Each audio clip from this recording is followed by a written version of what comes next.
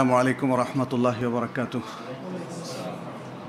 الحمد لله نحمده ونستعينه ونستغفره ونعوذ بالله من شرور أنفسنا وسيئات أعمالنا من يهده الله فلا مضل له ومن يضلل فلا هادي له وأشهد أن لا إله إلا الله وحده لا شريك له وأشهد أن محمدًا عبد الله ورسوله.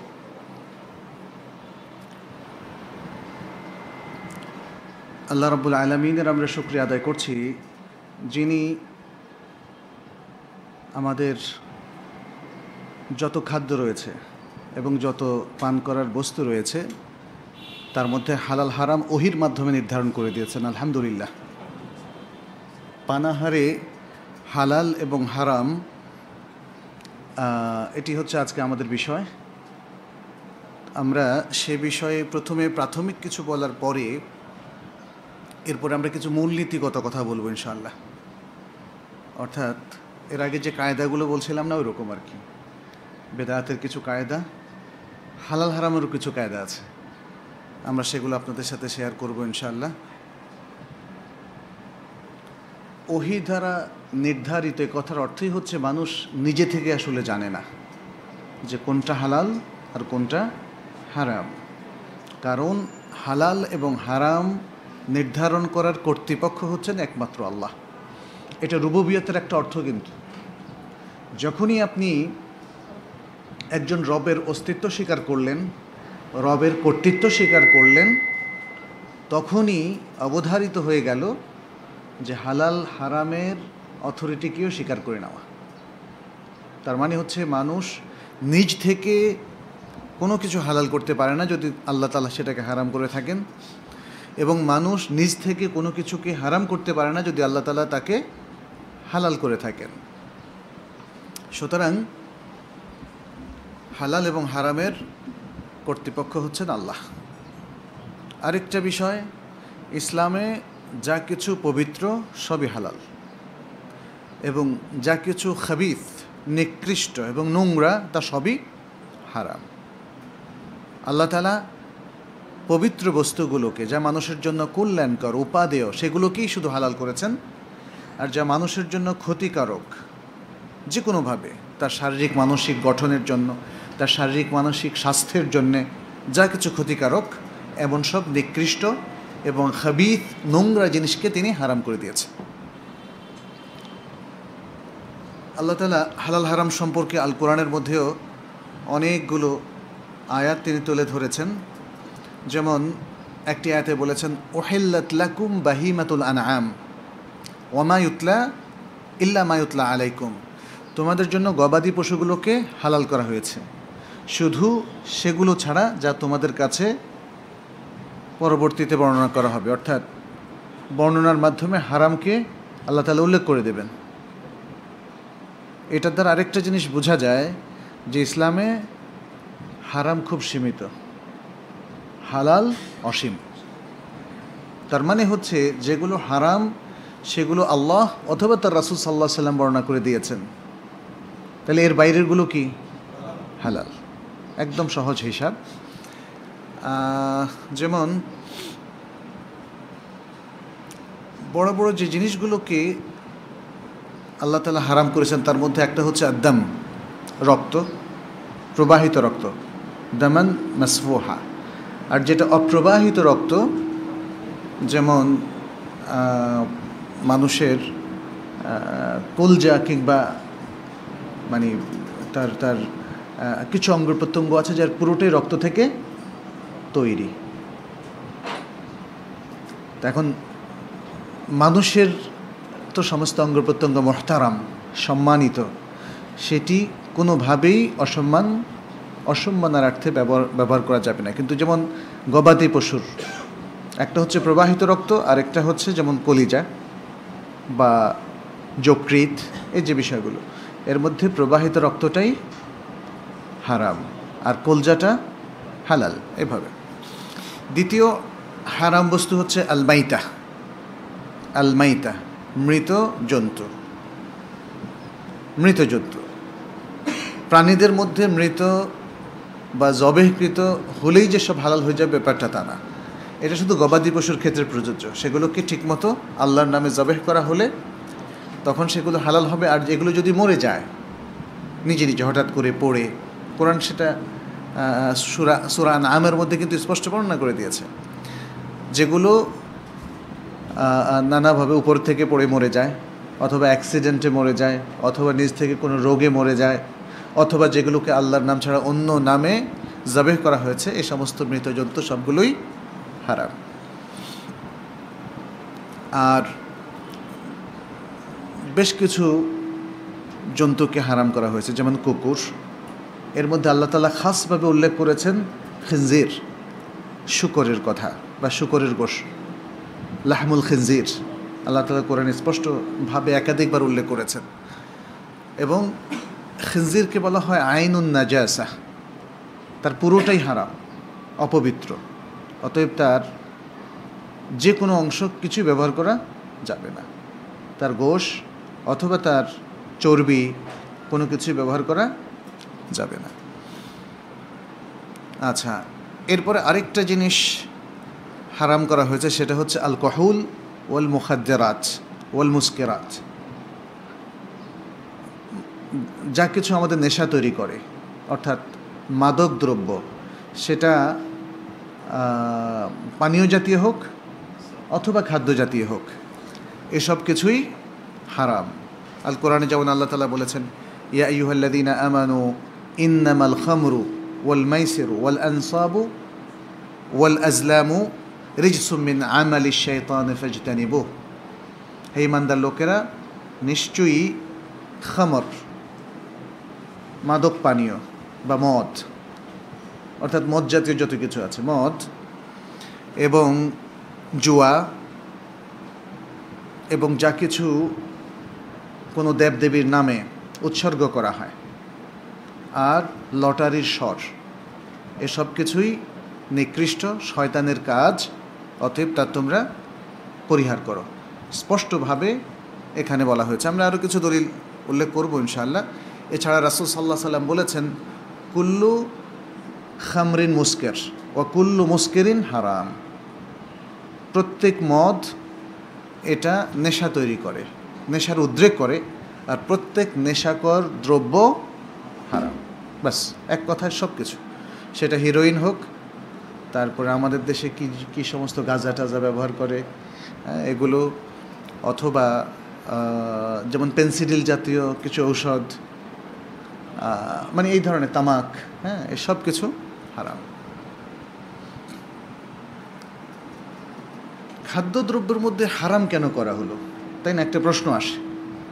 খাদ্যদ্রব্যের মধ্যে হারাম হওয়ার কারণ কি, আল্লাহ তাআলা হারাম করার কারণ কি? আমরা জানি যে শরিয়ার মাকাসিদ এর মধ্যে বেশ কয়েকটা প্রকার আছে। যারা সেই আলোচনাগুলো শুনেছেন তারা জানেন। এর মধ্যে একটা গুরুত্বপূর্ণ প্রকার হচ্ছে আদ-দারুরিয়াত, জরুরি বিষয়, মানুষের জন্যে সবচেয়ে জরুরি বিষয় পাঁচটা। একটা হলো হিফযুদ্দিন, তার দিনকে হেফাজত করা, দিনকে প্রোটেক্ট করা, দিনকে রক্ষা করা, এমনভাবে জীবন পরিচালনা করা যেন সবার আগে দিন প্রায়োরিটি পায়, প্রাধান্য পায়, এবং দিনকে যে কোনো মূল্যে এক নম্বরে রক্ষা করতে হবে। এটা হলো শরিয়ার জরুরি মাকসাদের একটা, প্রথমটা। দ্বিতীয়টা হচ্ছে হিফজুন নাফস, মানুষের জীবনগুলো আল্লাহ দিয়েছেন, অতএব আল্লাহর অথরাইজড কোনো পদ্ধতি ছাড়া এই জীবনকে সংহার করার কোনো অনুমতি নেই। বরং শরিয়া নানা রকম নীতিমালা প্রণয়ন করেছে, বিধান দিয়েছে to protect the human life, মানুষের জীবনকে সুরক্ষা দেওয়ার জন্য, যাতে মানুষ নির্বিঘ্নে আল্লাহর জমিনে চলাফেরা করতে পারে এবং অনাহুতভাবে, অন্যায়ভাবে কেউ তার প্রাণকে সংহার না করতে পারে এবং তার প্রাণের উপর কোনো আঘাত কিংবা আক্রমণ না করতে পারে। এই জন্য সব ধরনের প্রোটেকশন ইসলাম দিয়েছে, বিধানগত প্রোটেকশন, সামাজিকভাবে, রাষ্ট্রীয়ভাবে, তার চলাফেরার জন্য ব্যক্তি, মানে সর্বক্ষেত্রেই তার প্রোটেকশন দেওয়া হয়েছে। তৃতীয় হচ্ছে হেফজুল আকল, মানুষ যে কারণে সৃষ্টির অন্যান্য জীব থেকে ডিস্টিংগুইশড হয়েছে, যে কারণে শ্রেষ্ঠত্ব অর্জন করেছে, অন্যান্য প্রাণী থেকে যে কারণে তাকে বিশেষভাবে বিশেষায়িত করা হয়েছে, সেটা হচ্ছে আকল, তার বিবেক বুদ্ধি, হিউম্যান ইন্টারাক্ট। এবং এই কারণে সে সারা জগতের উপর এখন কর্তৃত্ব ফলাচ্ছে। আকল মানুষের মনে হয় এখন বেড়েই গেছে, যে কারণে তারা স্রষ্টাকে পর্যন্ত অস্বীকার করার মতো দুঃসাহস দেখাচ্ছে, কিংবা স্রষ্টার দেওয়া যে বিধান, যে ওয়াহি, যে কোরআন এবং যে সুন্নাহ, সেগুলোকে উপেক্ষা করার মতো ধৃষ্টতা এখন দেখাচ্ছে অনেকেই, এবং কচি তরুণরাও দেখা যাচ্ছে অনেক সময়। আল্লাহু আকবার। এটা কিন্তু শিক্ষার কারণে হয়েছে, একমাত্র শিক্ষা। অশিক্ষা, কুশিক্ষা,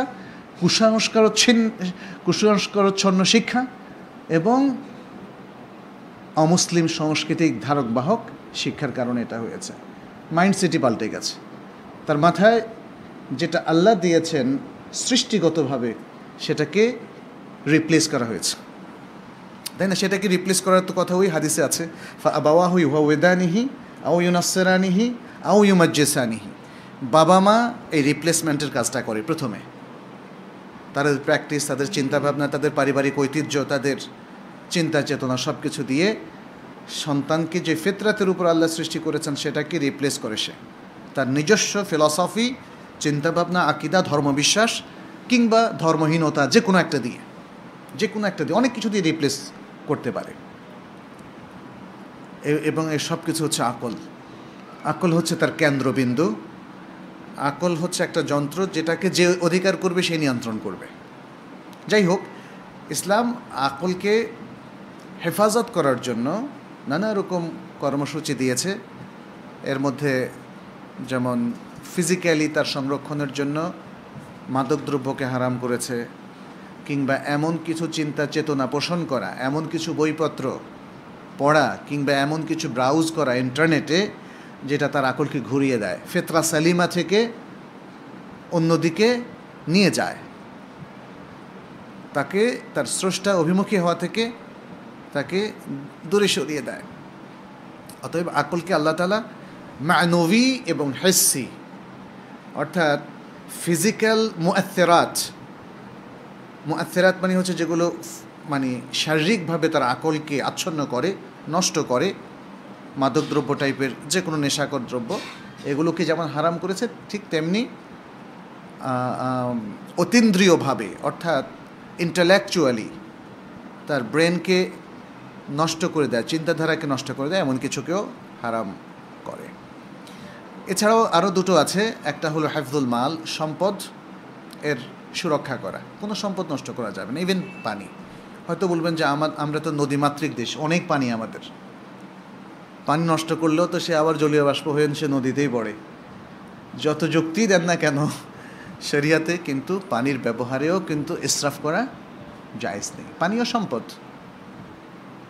আমাদের শস্য, দানা, ফসল সব কিছু সম্পদ, কোনোটা কি নষ্ট করার কোনো পারমিশন নাই। যদিও পৃথিবীর পুঁজিবাদী রাষ্ট্রগুলো তারা তাদের নিয়ন্ত্রণকে প্রতিষ্ঠা করার জন্যে অনেক খাদ্য নষ্ট করে, ভালো খাদ্য নষ্ট করে, যাতে গরিবই থাকে, সে কোনোদিন নিজের পায়ে দাঁড়াতে না পারে, ইত্যাদি নানা ধরনের নিয়ম নীতি আজকে মানুষের মধ্যে যারা আনসিভিলাইজড, বুঝতে পেরেছেন? বাংলায় বললে কিন্তু খারাপ শোনায়।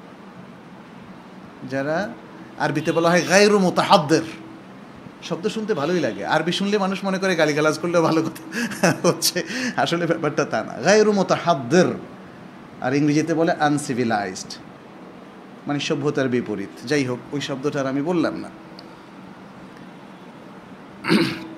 কিন্তু ইসলামই হচ্ছে সবচেয়ে সুন্দর সভ্যতার ধারক বাহক। জাতি, বর্ণ, ধর্ম নির্বিশেষে, প্রাণীকুল নির্বিশেষে সবার জন্য সম্পদের এই সুরক্ষা করে। আপনারা হয়তো সে হাদিসগুলো পড়েছেন যেখানে জিনের খাবারটাও নষ্ট করতে নিষেধ করা হয়েছে, তাই না? আল্লাহু আকবার, কি সুন্দর ইসলাম! জিনকে কেউ দেখেনি, আমাদের অনেক ডাক্তাররা তো জিনকে অস্বীকারই করে। এ হচ্ছে সেই ইসলাম, বিউটিফুল ইসলাম, যেটা সারা পৃথিবীর যত প্রাণী আছে প্রত্যেকের সম্পদের প্রোটেকশন করে। এই জন্যে ইসলাম কত সুন্দর সুন্দর নিয়ম দিয়েছে। ছিনতাই করা যাবে না, ছিনিয়ে নেওয়া যাবে না, চুরি করা যাবে না, অন্য সম্পত্তি আত্মসাৎ করা যাবে না, এগুলো সব হারাম না? হারাম। আর যদি কেউ করেও ফেলে তাহলে তাকে ক্ষতিপূরণ দিতে হবে। ঘুষ খাওয়া যাবে না, তাই না? হারাম অনেকগুলো পথ বন্ধ করে দিয়েছে। এই যে লাস্টেরটা একটু বলি না, লাস্টেরটা হচ্ছে হেফজুল নাসল বা হেফজুল আর্থ। কেউ এটাকে দুটো বলেছেন, কেউ এটাকে একটাই বলেছেন। মানুষের যে ডিগনিটি আছে, হিউম্যান ডিগনিটি, তার প্রোটেকশন, এবং এর সাথে সম্পৃক্ত হচ্ছে তার লিনিয়েজ, তার বংশধারা, নাসব এবং নাসাল। এই জন্য ইসলাম বিবাহ প্রথাকে ওয়াজিব করেছে যে মানব এবং মানবী যদি তারা একে অপরের কাছে এসে সন্তান উৎপাদন করতে চায় তাহলে একমাত্র উপায় হচ্ছে বিবাহ, বৈধ বিবাহ, যেই বিবাহটাকে ইসলাম রেকমেন্ড করেছে, বৈধতা দিয়েছে। অতএব বিবাহ আল্লাহকে সাক্ষী রেখে বটগাছের নিচে করলে হবে না। আজকাল তো দেখা যাচ্ছে যে এখন আর বটগাছের নিচে কেউ যায় না, শহরে ছেলে মেয়েরা দেখা যায় নিজেরাই করে ফেলে। তো এভাবে হবে না। আমাদের ছেলে মেয়েরা দেখা যাচ্ছে যে মেয়েদের ওয়ালির অনুমতি ছাড়া বিয়ে করে ফেলে, এটাও হবে না। বৈধ বিবাহ, বিবাহ একটা শরঈ বিধান। আপনি যদি শরীয়তকে ইগনোর করেন তাহলে বিবাহের দরকার কি আপনার? লিভ টুগেদারের সেই সুসভ্য কালচার তো চলে এসেছে। আর বিবাহ প্রথা যদি ফলো করেন, আপনি শরিয়ার প্রত্যেকটা জিনিস পুঙ্খানুপুঙ্খরূপে ফলো করবেন, তাহলেই হেফজুন নাসল হবে। এই যে মাকাসেদে শরিয়ার কথা আমরা বলছি, শরিয়ার প্রত্যেকটা বিধান অনুসরণের মধ্যে শরিয়ার মূল লক্ষ্য উদ্দেশ্যকে প্রোটেকশন দেওয়া হয়। অর্থাৎ আল্লাহ যে লক্ষ্যমাত্রা নির্ধারণ করেছেন সেটার সার্ভ করা হয়। আর যদি কোনো পাপ করেন, শরিয়া সীমারেখা লঙ্ঘন করেন, ইবাদত বর্জন করেন, অথবা মুআমালাতের ক্ষেত্রে আল্লাহর দেওয়া হালাল হারামকে কেউ যদি লঙ্ঘন করেন, মনে রাখবেন আল্লাহর দেওয়া লক্ষ্যমাত্রাকে আপনি লঙ্ঘন করছেন এবং সেটার বিপরীতে আপনি হাঁটছেন। এই যে আদ-দারুরিয়াতুল খামস, 5টা জরুরি বিষয়, 5 এসেনশিয়ালস, এই 5টা জিনিস এর উপর ভিত্তি করে শরীয়ত সমস্ত বিধান দেওয়া হয়েছে। সেটা আকীদা সম্পর্কিত হোক, ইবাদত সম্পর্কিত হোক, মুআমালাত সম্পর্কিত হোক, যাই হোক না কেন। আজকে যে বিষয়টা আমাদের পানাহারে হালাল ও হারাম, দেখা যাচ্ছে যে কোনো না কোনোভাবে এই 5টা মূল লক্ষ্যকে সেটা খেদমত করছে, সার্ভিস দিচ্ছে। যেমন দ্বীনের হেফাজত, হালাল খাওয়ার মধ্যেই দ্বীনের হেফাজত। হারাম খাওয়া অথবা হারাম সেবন করা এর মধ্য দিয়ে দ্বীনকে ধ্বংস করা হয়। কারণ দ্বীনের ইনস্ট্রাকশনকে, নির্দেশনাকে আমরা এখানে লঙ্ঘন করলাম, এখানে ইগনোর করলাম, বাতিল করে দিলাম। সুতরাং প্রথম লক্ষ্যমাত্রা ধ্বংস হয় যদি কেউ হারাম খাবারের মধ্যে সম্পৃক্ত হন। হারাম খাবার তো অনেক রকম হতে পারে। একটা হচ্ছে ইটসেলফ হারাম, এটাকে কিনলেও সেটা হারামই হবে, বৈধ টাকা দিয়ে কিনলেও হারাম হবে। যেমন মদ, যেমন পর্ক অর্থাৎ শূকরজাত কোনো খাবার, অথবা প্রসাধনী, অথবা সাবান ইত্যাদি নানা ধরনের জিনিস আছে। এগুলো যদি আমরা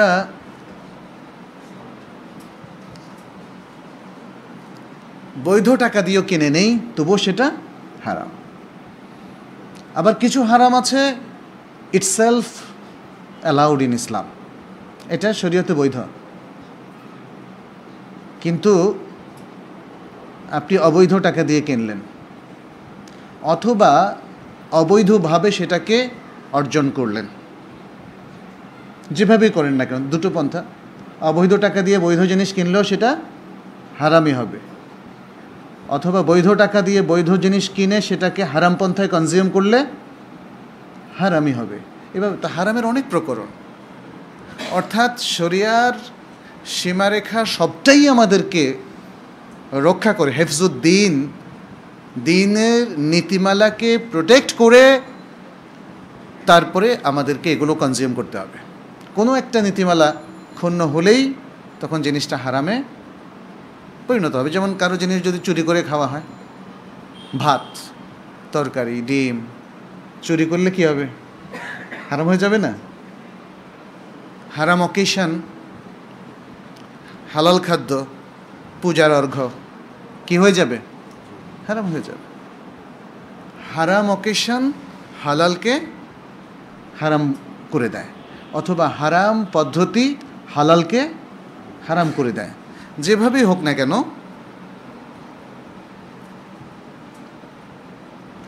যেভাবেই হোক না কেন, এটা দ্বীনের নীতিমালাকে নষ্ট করে, যে কোনো দিক থেকে আমরা দেখি না কেন। কারণ হারাম সবসময় দ্বীনদারির ক্ষতি করে, দ্বীনদার ব্যক্তিকে ব্যক্তিত্বহীন মুসলিমে পরিণত করে, অর্থাৎ হেফজুদ্দিনের মূল লক্ষ্যটা নষ্ট করে। সেকেন্ড হচ্ছে হেফজুন নাফস। নাফস, ইসলাম একটু আগে আমরা বলেছি খবিস জিনিসগুলোকে হারাম করেছে। ইসলাম তৈয়েব, ভালো জিনিসকে, পবিত্র জিনিসকে, উপাদেয় কল্যাণকর জিনিসকে হারাম করেনি। অতএব যেমন মদ, যেমন অ্যালকোহল, যেমন আর অন্য যে সমস্ত জিনিসগুলো আছে, কুকুরের গোশ অথবা যে সমস্ত প্রাণীর গোশ হারাম, সেগুলো শরীরের কোনোভাবে ক্ষতি করে, কোনো না কোনোভাবে ক্ষতি করে। ফলে ইসলাম সেগুলোকে খবিথের অন্তর্ভুক্ত করলো। তাহলে ইসলাম চায় মুসলিমের অথবা মানুষের পবিত্র দেহে যেন অপবিত্র খবিস জিনিস প্রবেশ না করে, অপবিত্র খবিস জিনিস না করে। মানুষ যেন পবিত্র আমল করে, অপবিত্র আমল না করে। এই জন্য জিনিস আদলে বৈধ হলেও পদ্ধতিগত কারণে হারাম হয়ে যাবে, কারণ তখন ওই খারাপ অপবিত্র কাজটাও তাকে পবিত্র করবে, তাই না? মানুষ খেলো খুব হালাল জিনিস, ভালো জিনিস, কিন্তু কাজ করলো অপবিত্র, তাহলে কি হলো? অপবিত্র কাজ মানুষের সুন্দর চিন্তা চেতনা, তার আখলাক, তার অভ্যাস, তার কর্মকাণ্ড সব কিছুকে কলুষিত করে। অতএব ইসলাম সব দিক থেকেই এমন একটা সায়েন্টিফিক পদ্ধতি, ইভেন পানাহারের ক্ষেত্রে হালাল হারামের একটা নীতিমালা তৈরি করেছে, যাতে আমাদের দেহটা সুন্দর পবিত্র জিনিস গ্রহণ করার মধ্য দিয়ে গড়ে ওঠে, আবার যাতে যে উপার্জন আমরা করি, যে ব্যয় আমরা করি, যে খাবারের জন্য যতগুলো পদ্ধতি আমরা ফলো করি, এসবগুলোর মধ্যেও আমাদের পবিত্রতা বজায় থাকে। যে লোকটা চুরি করে দেখবেন যে সে খুব নিকৃষ্ট মানসিকতার হয়ে যায়। যে লোকটা ঘুষ খায়, সুবহানাল্লাহ, দেখবেন যে আত্মীয় স্বজন থেকেও খায়। মানে এমন একটা নেশা, ঘুষও কিন্তু একটা নেশা, ওটা আর ওই ব্যাটা ত্যাগ করতে পারে না। প্রথম দিকে শুরু করে প্রয়োজন আছে, এরপরে অভ্যাস হয়ে যায়। একই অবস্থা পৃথিবীর সমস্ত নিকৃষ্ট কাজ এরকম, যে মানুষ খুন করে, প্রথমে খুব ভয়ে ভয়ে একবার খুন করে, এরপরে দেখবেন যে খুন না করলে তার ঘুম আসে না। প্রস্টিটিউশনও কিন্তু একই ধরনের পেশা। প্রথমে শুরু হয় নানাভাবে বিভিন্ন ষড়যন্ত্রমূলক, কারো ফাঁদে পড়ে ইত্যাদি, এরপরে কিন্তু এটা সে অভ্যস্ত হয়ে যায়। এভাবেই পাপ মানুষকে ধ্বংসের দিকে নিয়ে যায়। ইসলামী পথগুলোকে বন্ধ করেছে। আকলের হেফাজতের জন্য মাদকদ্রব্য সেবন, পান করা, ওয়াইন, মদ সব কিছুকে নিষেধ করে দেওয়া হয়েছে। আর আমরা তো দেখেছি আসলে ইয়াবার ভয়ঙ্কর ছোবল বাংলাদেশের তরুণ প্রজন্মকে কিভাবে ধ্বংস করতে বসেছে। এর শিকার আমরা প্রায় আমাদের তরুণ প্রজন্মের অধিকাংশই এখন হয়ে গেছে। একমাত্র যারা দিনদারি রক্ষা করছে, ছেলে মেয়েদেরকে দিনদারির উপরে যারা অভ্যস্ত করতে পেরেছে বা শিক্ষা দিতে পেরেছে, এরা ছাড়া কিন্তু এই তরুণ প্রজন্মের বিশাল একটা অংশ তারা ইয়াবা কিংবা মাদকদ্রব্যের ছোবলে ধ্বংস হতে বসেছে। আচ্ছা, কোরআনের কয়েকটা আয়াত আমরা হালাল হারাম সম্পর্কিত পেশ করছি।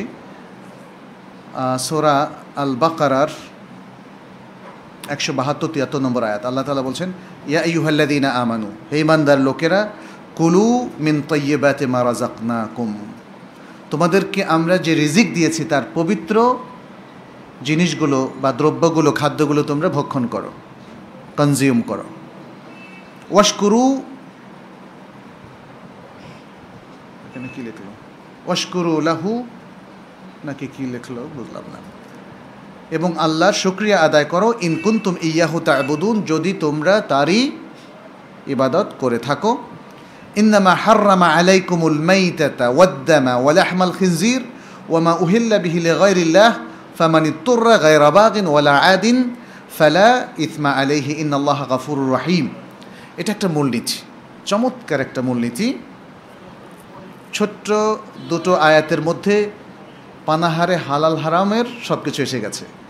আল্লাহ তাআলা বলছেন পবিত্র জিনিসগুলো ভক্ষণ করতে, যদি আমরা তারই ইবাদত করি। তাহলে আল্লাহর সত্যিকারের ইবাদত গুজার বান্দা হওয়ার দাবি হচ্ছে হালাল খাবার খাওয়া, হালাল খাবার খাওয়া। তিনি বলেছেন তিনি তো শুধু হারাম করেছেন, ইন্নামা হাররামা আলাইকুম, তিনি তো তোমাদের উপর শুধু হারাম করেছেন অল্প কয়েকটা জিনিস। একটা হলো আল মাইতা, মৃত জন্তু, ওয়াদ্দাম, রক্ত। সব রক্ত নয়, কারণ অন্য আয়াতে এসছে দামান মাসফুহা আও দামান মাসফুহা, অর্থাৎ প্রবাহিত রক্ত। ওয়ালাহমাল খিনজির, এবং শুকরের গোশ। ওয়ামা উহিল্লা বিহি লিগাইরিল্লাহ, আর যেই পশুকে, গবাদি পশুকে আল্লাহর নাম ছাড়া অন্য কারো নামে উৎসর্গ করা হয়েছে। যেমন যদি কোনো ছাগলকে কোনো বেদির নামে বা দেবীর নামে উৎসর্গ করে তাহলে সেটা হারাম হবে, অথবা মাজারের নামেও যদি উৎসর্গ করে, কারণ মুসলিমরা তো আর দেবীর নামেও করবে না, বেদিতেও করবে না।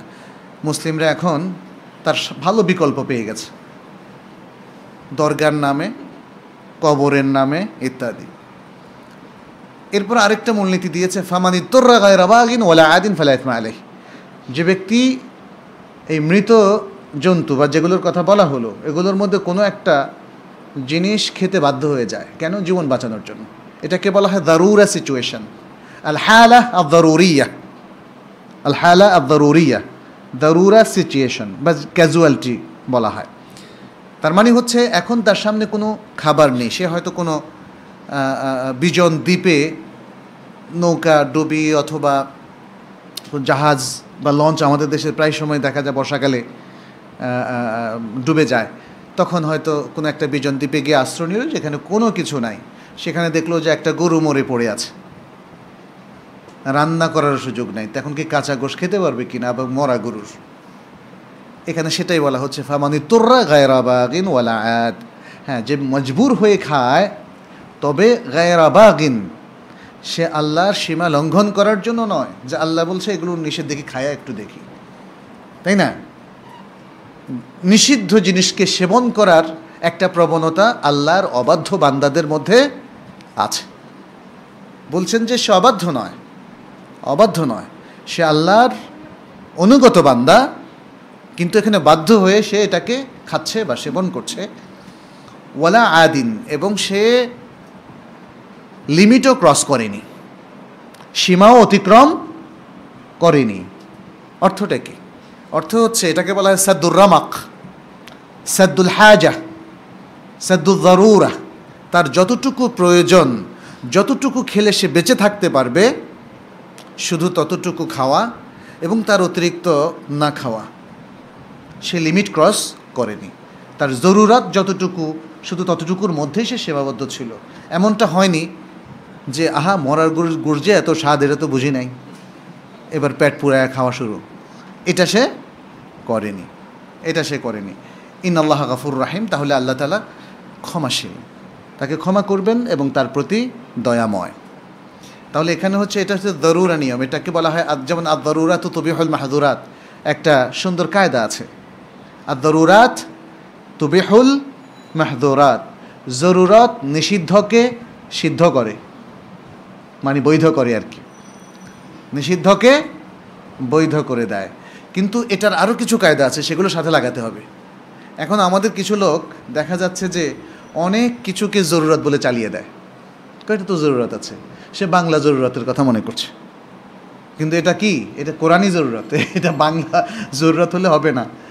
আমাদের অনেক লোকই দেখা যাচ্ছে যে অনেক হারাম তার জরুরত, হ্যাঁ, অথচ সেই হারামে সম্পৃক্ত হওয়া ছাড়া দিব্যি সে খুব ভালো মতোই চলতে পারে। ফলে এটা জরুরত নয়, জরুরত হচ্ছে যেটা ছাড়া জীবন বাঁচে না, যেটা ছাড়া জীবন বাঁচানো একদমই অসম্ভব, এটা হচ্ছে দারুরা। আর এই জরুরাতের সাথে সম্পৃক্ত হবে সেই সিচুয়েশনগুলো, যেই সিচুয়েশনগুলোতে বলা হবে যে জরুরত ছাড়া তার জীবনটা খুবই কষ্টকর হয়ে যাবে। এই খুবই কষ্টকর হয়ে যাওয়াটা আর জীবন চলে না, এই সিচুয়েশনের সাথে সম্পৃক্ত হবে। বাস এই দুটো জিনিসকেই জরুরত বলা হবে, এবং এগুলো ব্যক্তি নিজে নির্ধারণ করবে তার আমানতদারির সাথে।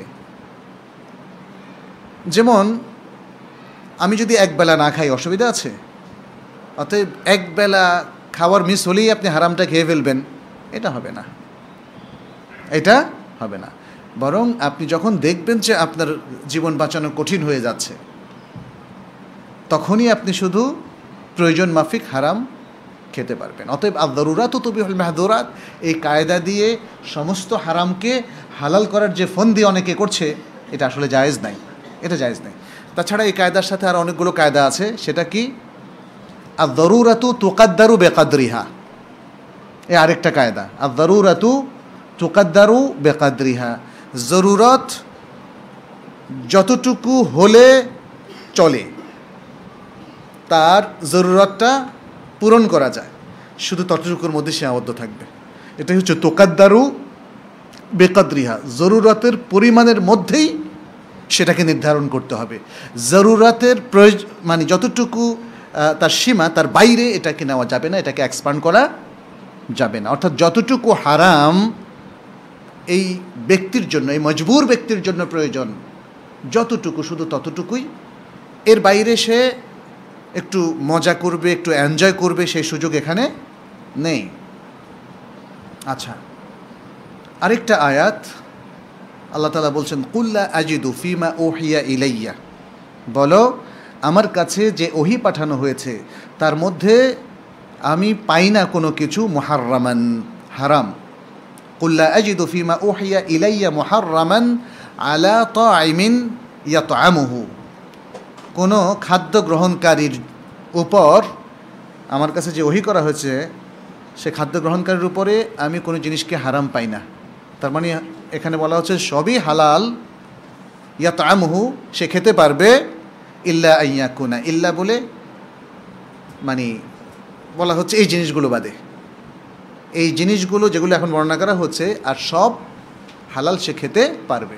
কুল্লা আজিদু ফিমা ওহিয়া ইলাইয়া মুহাররামান আলা তাইমিন ইয়াতআমুহু ইল্লা ইয়াকুনা মাইতাতান, যদি সেটা মৃত কোনো জন্তু হয়, আউ দামান মাসফুহান, অথবা প্রবাহিত রক্ত হয়, আউ লাহমা খিনজিরিন, অথবা শুকরজাত বা শুকরের গোশ হয়, ফাইন্নাহু রিজসুন, তাহলে এটা নিকৃষ্ট, আউ ফিসকান উহিল্লা, অথবা পাপ খাদ্য।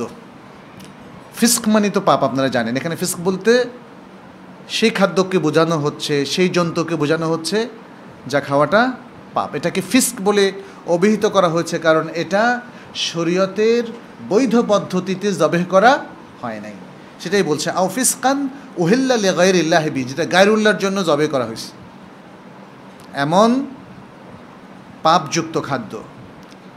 এরপরে বলা হচ্ছে ফামান আও ফিসকান উহিল্লা লিগাইরিল্লাহি বি ফামানি তুররা গায়রা বাগিন ওয়ালা আদিন ফাইন্না রাব্বাকা গাফুরুর রহিম। সে আগের কায়দাটা এখানেও আবার রিপিট করা হয়েছে। যদি কেউ কোনো ব্যক্তি মজবুর হয়, জরুরা অবস্থার মধ্যে পড়ে যায়, অথচ সীমালঙ্ঘন করা বা সীমাতিক্রম করা বা হারামের প্রতি অনুরাগ এটা তার উদ্দেশ্য ছিল না, তাহলে আল্লাহ তাআলা তাকে, তোমার রব তাকে ক্ষমা করবেন, তার প্রতি দয়াশীল। তৃতীয় আয়াতটা আমরা বলেছি, সেটা সূরা আল মাইদার, ইয়া আইয়ুহাল্লাযীনা আমানু ইন্নামাল খামরু ওয়াল মাইসিরু ওয়াল আনসাবু ওয়াল আজলামু রিজসুম মিন আমালি শাইতান ফাজতানিবুহু লাআল্লাকুম তুফলিহুন। আর আরেকটা হাদিস যেটা আমরা বলেছি, কুল্লু শারাবিন আসকার ফাহুয়া হারাম, যে কোনো পানীয় যেটা মানুষকে নেশায় সম্পৃক্ত করে, নেশায় যুক্ত করে ফেলে, অথবা যেটা তার মধ্যে মাদকতা তৈরি করে, তাহলে সেটা হারাম। আর আরও ক্লিয়ার টেক্সটটা তো আমি শুরুতেই বলেছি, কুল্লু মুস্কিরিন হারাম, প্রত্যেক নেশাকর বস্তু হারাম, এটা রাসূল সাল্লাল্লাহু আলাইহি সাল্লাম বলেছেন। আচ্ছা, এবারে আসি আমরা কিছু কায়দা, তার মধ্য দিয়ে আমরা হালাল হারাম বোঝার চেষ্টা করব। প্রথম কায়দাটা হচ্ছে হালাল এবং হারাম এর মধ্যে হালাল হচ্ছে তাইয়্যিব, হারাম হচ্ছে খাবিথ। তার আগে আমি আরেকটু কোরআন থেকে কিছু আয়াত আমি পেশ করব যে হালাল হারামের বিষয়টা ইসলাম কতটা গুরুত্বের সাথে দেখেছে। সূরা আল-আনআমের ৮১-৮২ নম্বর আয়াতে আল্লাহ তাআলা বলছেন, ফাআইয়ুল ফারিকাইনি আহাক্কু বিল আমনি ইন কুনতুম তা'লামুন আল্লাযীনা আমানু ওয়া লাম ইয়ালবিসু ঈমানাহুম বিযুলমিন উলাইকা লাহুমুল আমনু ওয়া হুম মুহতাদুন। হালাল হারামকে ইসলাম ঈমানের পরেই সবচেয়ে গুরুত্বপূর্ণ বলে ঘোষণা করেছে। বলা হয়েছে, যদি তোমরা জেনে থাকো তাহলে বলো যে দুই ফারিকের মধ্যে কোন ফারিক নিরাপত্তার সবচেয়ে বেশি হকদার। আল্লাযীনা আমানু ওয়া লাম ইয়ালবিসু ঈমানাহুম বিযুলমিন, যারা ঈমান পোষণ করে এবং তাদের ঈমানকে যুলুমের সাথে, শিরকের সাথে সম্পৃক্ত করেনি, উলাইকা লাহুমুল আমনু ওয়া হুম মুহতাদুন, তাদের জন্যই রয়েছে নিরাপত্তা এবং তারাই হচ্ছে হেদায়েতপ্রাপ্ত। এখানে ঈমানের কথা বলা হচ্ছে এবং তারপরে যেটা বলা হলো আল্লাযীনা আমানু ওয়া লাম ইয়ালবিসু ঈমানাহুম বিযুলমিন, যুলুমের সাথে তারা ঈমানকে সম্পৃক্ত করেনি। উলামায়ে কেরাম বলেছেন এটা আমভাবে শিরককে বোঝানো হচ্ছে এবং এছাড়াও আরও যত পাপ আছে, যত অন্যায় আছে, যত হারাম আছে সব কিছুকে সম্পৃক্ত করছে, ফাহশা, মুনকার ইত্যাদি সব কিছু। আচ্ছা, এরপরে প্রথম যে নিয়মটা আমরা বললাম এখানে, আল হালালু তাইয়্যিবুন ওয়াল হারামু খাবিথুন, হালালটা হলো পবিত্র আর হারামটা হলো খাবিথ। এজন্যে আমরা দেখি আল্লাহ তাআলা যেমন আমাদেরকে জানিয়েছেন যে আমাদের জন্য তিনি সমস্ত তাইয়্যিবাতকে হালাল করেছেন এবং সমস্ত খাবায়েথকে হারাম করেছেন। তাহলে এটা থেকে খুব সহজেই কায়দাটা পাওয়া যায়। সমস্ত পবিত্র জিনিসকে হালাল করেছেন, তার মানে তাহলে সমস্ত পবিত্র জিনিস হালাল। সমস্ত অপবিত্র নিকৃষ্ট জিনিসকে হারাম করেছেন, তার মানে সমস্ত হারাম জিনিস নিকৃষ্ট। আমরা আয়াতগুলো একটু পরে বলছি। আচ্ছা, আহলুল কিতাবের কাছে মানে মুসলিম উম্মাহ আর এর আগের যে আহলুল কিতাব, হালাল হারামের বিষয়ে মূলনীতিটা সমান না। কারণ আহলুল কিতাবের ক্ষেত্রে দেখা যাচ্ছে যে শাস্তিমূলক তাদের জন্য অনেক কিছু হারাম করে দেওয়া হয়েছে। শাস্তিমূলক তাদের জন্য অনেক কিছু হারাম করে দেওয়া হয়েছে। যখনই তারা অতিরিক্ত প্রশ্ন করেছে, যখনই তারা উল্টাপাল্টা করেছে, তখনই তাদের উপর নতুন নতুন বিধান প্রয়োগ করা হয়েছে এবং তাদের জন্য অনেক হালালকে হারাম করে দেওয়া হয়েছে। যেমন সূরা আল-আনআমের ১৪৬ নম্বর আয়াতে আল্লাহ তাআলা বলছেন, ওয়া আলাল্লাযীনা হাদু হাররামনা কুল্লা যী যুফর ওয়া মিনাল বাকারি ওয়াল গানামি হাররামনা আলাইহিম শুহুমাহুমা ইল্লা মা হামালাত যুহুরুহুমা আউল হাওয়ায়া আও মাখতালাতা বিআযমিন যালিকা জাযাইনাহুম বিবাগইহিম ওয়া ইন্না লাসাদিকুন। বলছে যারা ইহুদি লোকেরা, তাদের উপর হাররামনা, আমরা হারাম করে দিয়েছি, কুল্লা যী যুফর, নখওয়ালা প্রত্যেক প্রাণীকে হারাম করে দিয়েছি। যে কোনো প্রাণীর নখ আছে সব হারাম। আর গাভী এবং ছাগলের মধ্য থেকে তাদের উপর হারাম করে দিয়েছি এদের চর্বি। গাভীর চর্বি কিন্তু আপনারা খান, তাই না? ছাগলের চর্বি এগুলো মিশে থাকলে খেতে মজা লাগে, যদিও চর্বিটা আসলে খুব উপাদেয় জিনিস না, এটা বিশেষ করে বয়স্কদের জন্য খুব ক্ষতিকর, কিন্তু তারপরেও হালাল। ইল্লা মা হামালাত যুহুরুহুমা আউল হাওয়ায়া আও মাখতালাতা বিআযমিন, তবে তাদের পৃষ্ঠদেশ যা বহন করে এবং হাড়ের সাথে তাদের যে গোশটা সম্পৃক্ত থাকে। দেখেন আল্লাহ তাআলা কত ক্রিটিক্যালি তাদেরকে শাস্তি দিয়েছেন। সব একই প্রাণীর সব কিছু তাদের জন্য হালাল না। এটা কেন সেটা আল্লাহ তাআলা বলে দিয়েছেন, যালিকা জাযাইনাহুম, আমরা তাদেরকে এই প্রতিকার দিয়েছি, এই প্রেসক্রিপশন দিয়েছি, অথবা এই শাস্তি দিয়েছি বিবাগিহিম, তাদের বাগাওয়াতের কারণে, কারণ তারা আল্লাহ দ্রোহী। আল্লাহ যা বলেন সবসময় উল্টা পথে চলে, আর আল্লাহও তাদেরকে নিয়মকানুন একটার পর একটা কড়া করে দিয়েছেন। ওয়া ইন্না লাসাদিকুন, আর নিশ্চয়ই আমরা সত্যবাদী। আচ্ছা, সূরা আনআমের মধ্যে আল্লাহ তাআলা আরও বলেছেন, ফাবিযুলমিন মিনাল্লাযীনা হাদু, ইহুদিদের জুলুমের কারণে, হাররামনা আলাইহিম তাইয়্যিবাতিন উহিল্লাত লাহুম, তাদের উপর হারাম করেছি এমন সব পবিত্র জিনিস যেটা আগে তাদের উপরে হালাল ছিল। ওয়া বিসাদ্দিহিম আন সাবিলিল্লাহি কাসীরা, এবং যেহেতু তারা আল্লাহর পথ থেকে মানুষকে বাধা দিত, এজন্য অনেক কিছু তাদের জন্য আমরা তাদের উপর হারাম করে দিয়েছি। ওয়া আখযিহিমুর রিবা, আর তারা যে রিবা সুদ গ্রহণ করত, ওয়াকাদ নুহু আনহু, অথচ সুদ গ্রহণ করতে তাদেরকে নিষেধ করা হয়েছিল। ওয়া আকলিহিম আমওয়ালান নাসি বিল বাতিল, আর যেহেতু তারা বাতিল পন্থায় মানুষের সম্পদকে গ্রহণ করত। ওয়া আ'তাদনা লিল কাফিরিনা মিনহুম আযাবান আলিমা, আর তাদের মধ্য থেকে কাফির লোকদের জন্য আমরা মর্মন্তুদ আযাব প্রস্তুত করে রেখেছি। তাহলে দেখা যাচ্ছে যে এই ইহুদিদের উপর অনেক জিনিস যেটা হালাল ছিল, তাদের কর্মকাণ্ডের কারণে, তাদের জুলুমের কারণে, তাদের অন্যায় সম্পৃক্ততার কারণে আল্লাহ তাআলা সেগুলোকে হারাম করে দিয়েছেন। আচ্ছা, আরেকটা কায়দা বলি, আইয়ু শাইইন ইয়াসবুতু আন্নাহু খাবিথুন বিদ্দালিলিল কাতঈ ফাহুয়া মুহাররাম ওয়াল আকসু সাহিহ, দলিলে কাতঈ দ্বারা, বিশুদ্ধ অকাট্য দলিল দ্বারা যদি সাব্যস্ত হয় যে এই বস্তুটা নিকৃষ্ট, যে কোনো দলিল এটাকে হারাম বলেনি, কিন্তু কোরআন বা হাদিসের কোনো দলিল দ্বারা স্পষ্টভাবে বলা হলো এটা খাবিথ, তাহলে কি এটা হালাল হবে? না, তাহলে এটা হারাম। যদি কোরআন বলে যে এটা খাবিথ, তাহলে এটার হালাল হওয়ার কোনো সম্ভাবনা নেই। যদি রাসূল সাল্লাল্লাহু আলাইহি ওয়াসাল্লাম বলে যে এটা নোংরা, খাবিথ, রিজস, তাহলে এটা হারাম বলেই গণ্য হবে।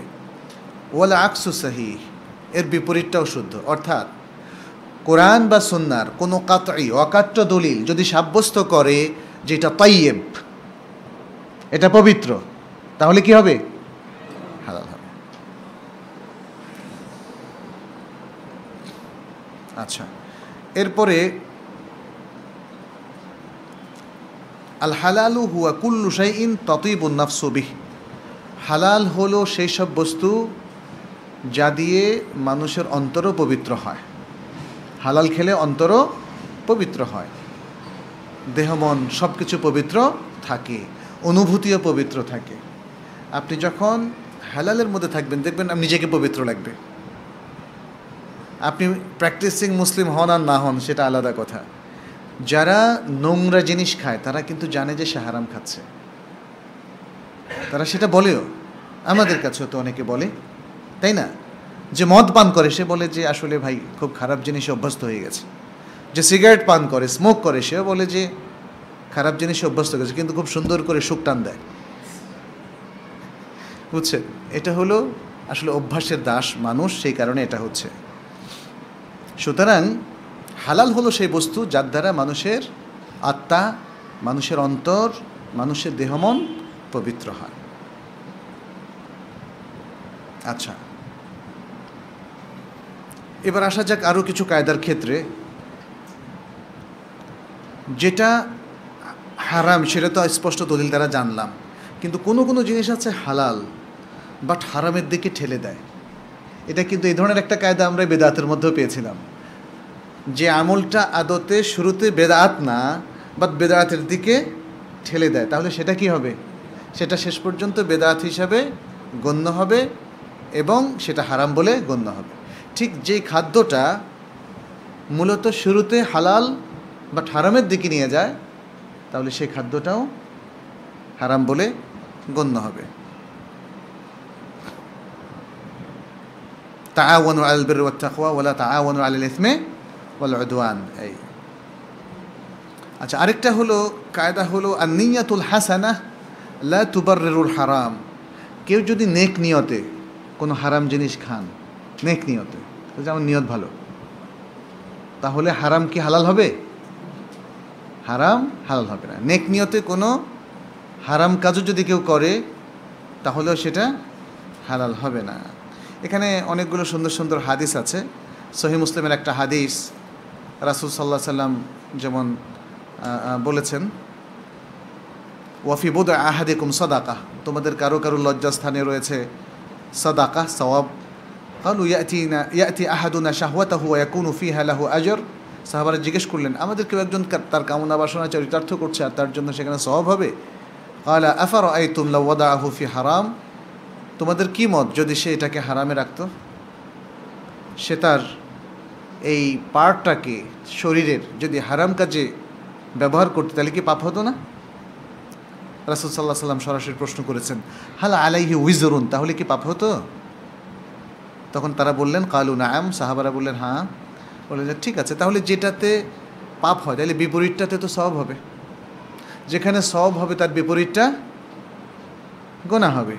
সালাত পড়াটা সওয়াব, তরক করাটা গুনাহ। তাহলে যেমন হারাম জিনিস খাওয়াটা গুনাহ, তরক করাটা সওয়াব, সওয়াব। এই এরপরে আরেকটা হাদিস মুসান্নাফে ইবনে আবি শাইবা তে বর্ণিত হয়েছে আবু হুরায়রা রাদিয়াল্লাহু তাআলা আনহু থেকে, যে নবী সাল্লাল্লাহু আলাইহি ওয়াসাল্লাম বলেছেন, মান তালাবা দুনিয়া হালালান ইস্তিফাফান আনিল মাসআলা ওয়া সা'য়ান আলা আহলিহি ওয়া তাআত্তুফান আলা জারিহি লাকিয়াল্লাহা ওয়া ওয়াজহুহু কাল কমারি লাইলাতাল বদর। যে ব্যক্তি দুনিয়াকে তালাশ করে, দুনিয়া চায় হালাল পন্থায়, তার নিজের আখলাককে, চরিত্রকে পবিত্র রাখার জন্য, অনেস্ট এবং সততার উপর রাখার জন্যে, যাতে সে মানুষের কাছে যাচনা না করে এবং যাতে করে সে তার আহল ইয়ালের খাদ্যদ্রব্য যোগান দানে সমর্থ হয় সেই জন্য চেষ্টা করে, এবং যাতে সে তার প্রতিবেশীদের উপরেও করুণা করতে পারে, তাহলে সে ব্যক্তি এমনভাবে আল্লাহর সাথে সাক্ষাৎ করবে যে তার চেহারা পূর্ণিমার রাতের চাঁদের মতো উজ্জ্বল থাকবে। সুবহানাল্লাহ। তাহলে এখানে দেখা গেল যে নিয়তটা খুব গুরুত্বপূর্ণ ভালো কাজের ক্ষেত্রে, কিন্তু খারাপ কাজের ক্ষেত্রে নিয়ত একটাই হয়তো সওয়াবের কারণ হতে পারে, যে নিয়ত করলেন খারাপ কাজের কিন্তু করলেন না, তাহলে সওয়াব হবে। কিন্তু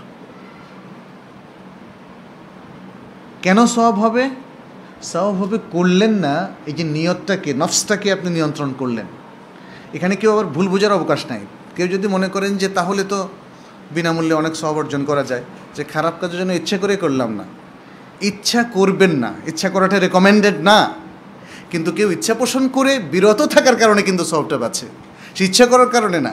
ইচ্ছা করাটা আসলে পাপের কারণ, সেই পাপটা কার্যকর হবে ওই হারাম কাজটাকে কার্যকর করার পরে। কিন্তু হারামকে যে কার্যকর করলো না, তার মানে হচ্ছে সে নিজেকে আত্মনিয়ন্ত্রণ করলো, সে নিজেকে হারাম থেকে প্রোটেক্ট করলো, এমনকি তার একটা এরাদার পরেও, ইচ্ছা পোষণের পরেও, এটা তার জন্য একটা ক্রেডিট, অনেক বড় ধরনের ক্রেডিট। এই জন্য আল্লাহ তাআলা এই জায়গায় তার জন্য একটা সওয়াব রেখে দিয়েছেন।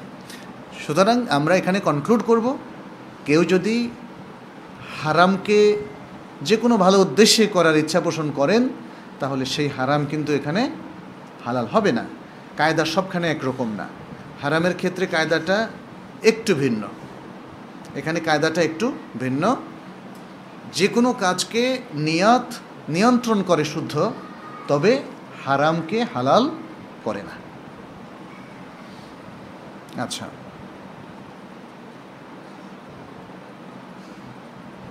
আচ্ছা, আরেকটা মূলনীতি হচ্ছে আল ইবাদা আল হাকিকিয়া ফি কাসবিল মাল তাহারিউল হালাল। তাহারিউল হালাল, মাল বা সম্পদ উপার্জনের ক্ষেত্রে, মানি আর্নিংয়ের ক্ষেত্রে প্রকৃত ইবাদতটা কি? প্রকৃত ইবাদত হচ্ছে তাহারিউল হালাল, কিভাবে আমি হালাল পন্থা ইনকাম করব সেই চিন্তা। এটা খুব ইম্পর্টেন্ট, এটা মানুষের আসলে মাইন্ড সেটিংয়ের সাথে রিলেটেড। একটা লুক্রেটিভ চাকরি পেলেই আপনি ঢুকে যাবেন না, এরপরে নানা রকম বাহানা, না এটা আবার এই মুফতির কাছে যান, সেই মুফতির কাছে যান, ওর কাছে যান, মোটামুটি কার কাছে গিয়ে এটা একটা পারমিশন পাওয়া যায়, বুঝছেন? এটা কিন্তু আছে আমাদের মধ্যে। আসলে হালাল এটা বোঝার জন্য আসলে মুফতির কাছে যাওয়া লাগে? মুফতির কাছে যাওয়া লাগে না। যেখানে হারামটা আমাদের প্রায় সবারই জানা, অতি সাধারণ মানুষেরও হারামটা জানা আছে, শুধু হারামের কিছু সূক্ষ্ম মাসালা হয়তো জানা নেই। খাদ্যদ্রব্য, পানাহার ইত্যাদি সব ক্ষেত্রে হারামটা মৌলিকভাবে আমাদের জানা আছে। চাকরির ক্ষেত্রে মৌলিকভাবে কোনটা হারাম আর কোনটা হালাল আমাদের জানা আছে। যেখানে ঘুষের পরিবেশ, যেখানে চুরির পরিবেশ, যেখানে সুদের পরিবেশ, যেখানে অন্যায়ের মধ্যে সম্পৃক্ত হওয়ার পরিবেশ, যেখানে ধোঁকাবাজি ইত্যাদি নানা ধরনের উপসর্গ রয়েছে, এই ধরনের চাকরির মধ্যে হালালকে হারাম এটা জানার জন্য কোনো মুফতি সাহেবের কাছে যাওয়ার দরকার আছে? কতজন যে এখনও আমাদেরকে জিজ্ঞেস করে যে ঘুষ দিয়ে চাকরি নেওয়া জায়েজ আছে কিনা। ঘুষ দিয়ে, এটা কি প্রশ্ন হতে পারে বলেন তো? ঘুষ দিয়ে চাকরি নেওয়া জায়েজ আছে কিনা? তবে কেউ কেউ হয়তো এভাবে বলে যে আমি তো ইন্টারভিউতে ফার্স্ট হয়েছি, এখন আমার কাছে ঘুষ চাচ্ছে, আমার জন্য এটা জায়েজ হবে কিনা। প্রথম কথা হচ্ছে যে ঘুষ কোনো অবস্থাতেই জায়েজ নেই। চাকরিটা যে আপনার অধিকার সেটা কেমনে বুঝলেন, তাই না? এটা কিন্তু যেমন ধরেন আমার এই যে ট্যাবটা আছে আমার সাথে, এই ট্যাবটা যদি ফট করে আমাদের এক ভাই নিয়ে বললো যে টাকা না দিলে এটা দিব না, সেক্ষেত্রে আমি টাকা দিতে পারি। এটা তার জন্য সহজ, হারাম ইনকাম। কেউ কেউ ঘুষও বলতে পারেন, বাট আমার দেওয়াটা ছাড়ানোর জন্য, নিরুপায়। এটা ছিনতাইয়ের সাথে তুলনীয়, তাই না?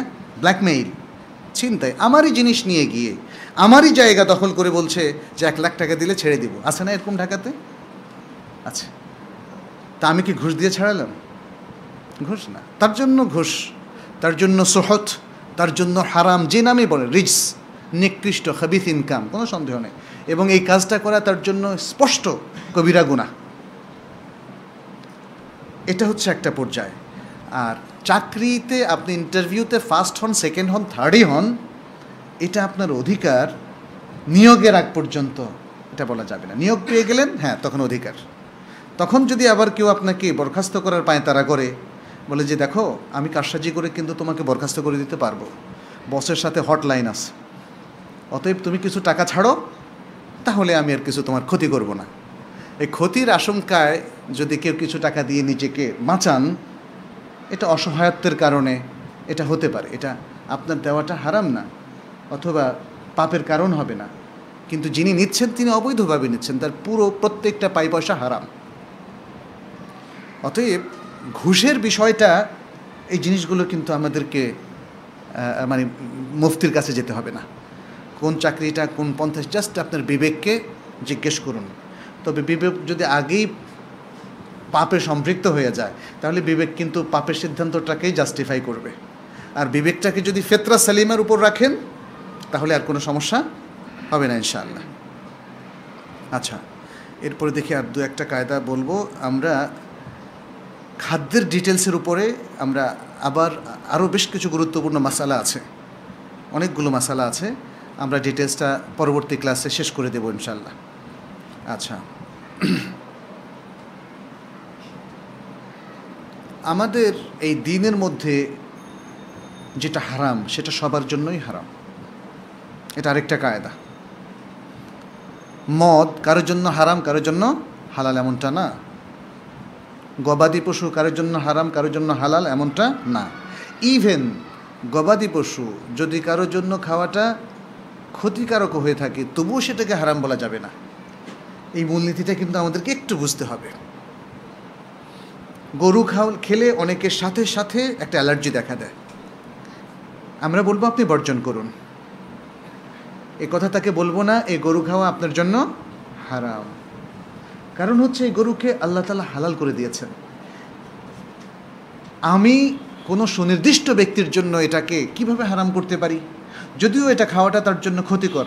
আর এটা তো সে তার বিবেক বুদ্ধি দিয়েই সিদ্ধান্ত নেবে, যেহেতু আমার জন্য এটা অ্যালার্জি তৈরি করছে, তাহলে তো আমি খাবো না। পেপসি, মেরিন্ডাগুলো কিন্তু এই ধরনের মধ্যে পড়বে। আমরা জানি এটা হচ্ছে মাশরুবাত গাজিয়া, আরবিতে বলা হয় মাশরুবাত গাজিয়া, এক ধরনের মানে কিছু গ্যাস, কিছু বিভিন্ন ধরনের রাসায়নিক দ্রবণ এখানে আছে এবং এগুলোর অনেকগুলো ক্ষতিকর, বাট স্টিল এটাকে এক নাগাড়ে হারাম বলে দেওয়া নও, এভাবে করা যাবে না। আমরা বলবো যে এটা ক্ষতিকর, অ্যাভয়েড করুন।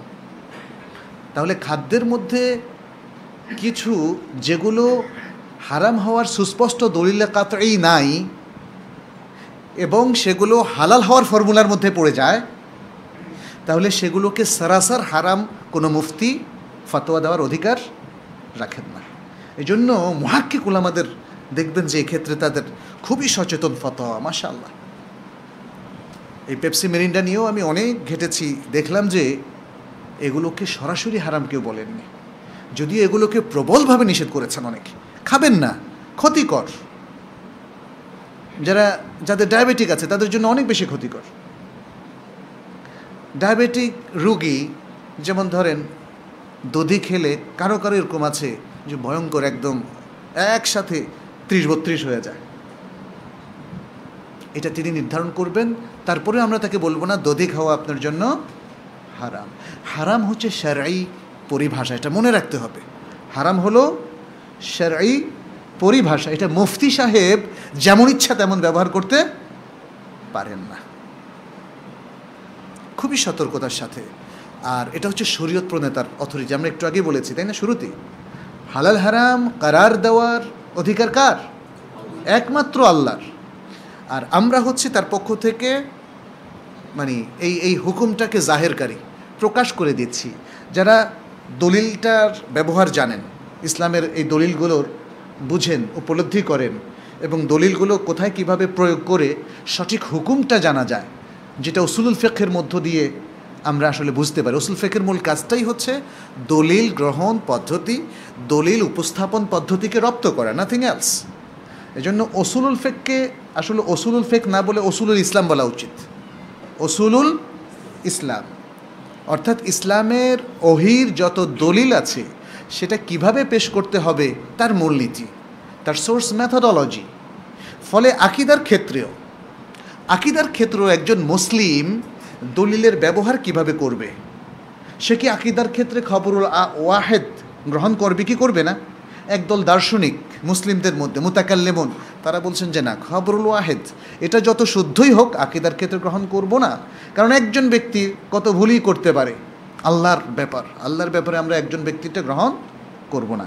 কিন্তু আহলুস সুন্নাহ ওয়াল জামাআহ তারা বলেন যে একজন ব্যক্তির রেওয়ায়েত অনেক সময় হাজার ব্যক্তির রেওয়ায়েতের চেয়ে শক্তিশালী।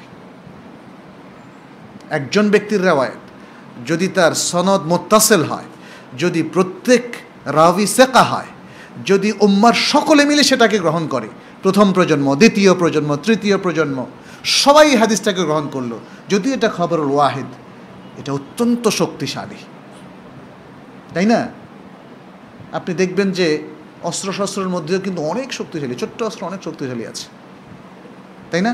এই যে হাইড্রোজেন বোমা টোমাকে আরও কী কী যেন আমরা শুনি না, এগুলো অল্প দিয়ে বিশাল ক্ষতি করা যায়।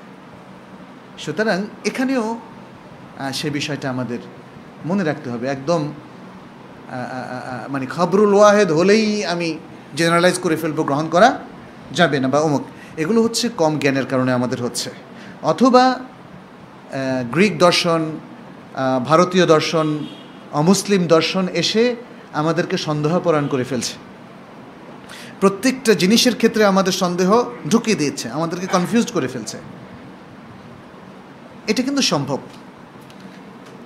একজন ব্যক্তিকে সে এতদিন যাকে বা যে দুজনকে তার বায়োলজিক্যাল বাবা এবং মা হিসাবে জেনে এসেছে, এই ব্যাপারেও কিন্তু তাকে কনফিউজ করা যায়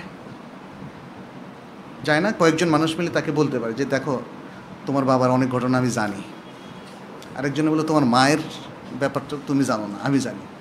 ব্যাস কিছু গল্প বললে মিথ্যা বানিয়ে ও কিন্তু তার বাবা মার সম্পর্কে সন্দিহান হয়ে পড়বে, তাই না? সন্দেহ হওয়ার পরে যখন বাবার সামনে যাবে তখন দেখবেন ঠিকমতো চোখ দিতে পারবে না, বিকজ হি ইজ কনফিউজড।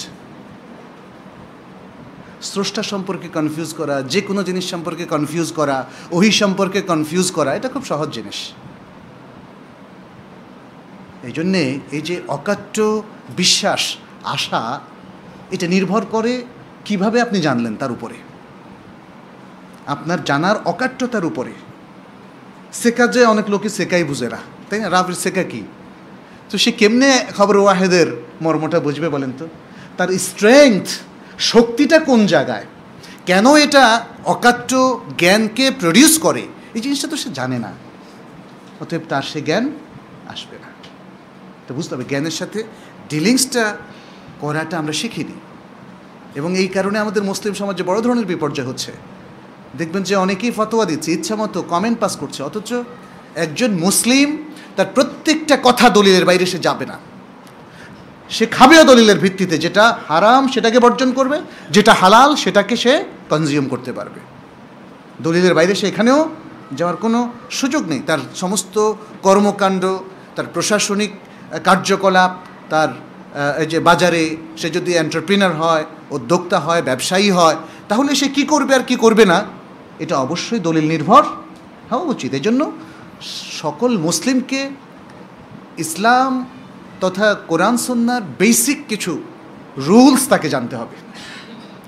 দলিলটাকে কিভাবে ব্যবহার করবে, দলিলটা এমন নয় যে আপনার কোরআন আপনি যেমন ইচ্ছা ব্যবহার করলেন, আপনার হাদিস, আমার বুখারীটা আমি যেভাবে পড়ি আমি যেভাবে বুঝলাম। না, there is universal rules, universal methodology of ইসলাম।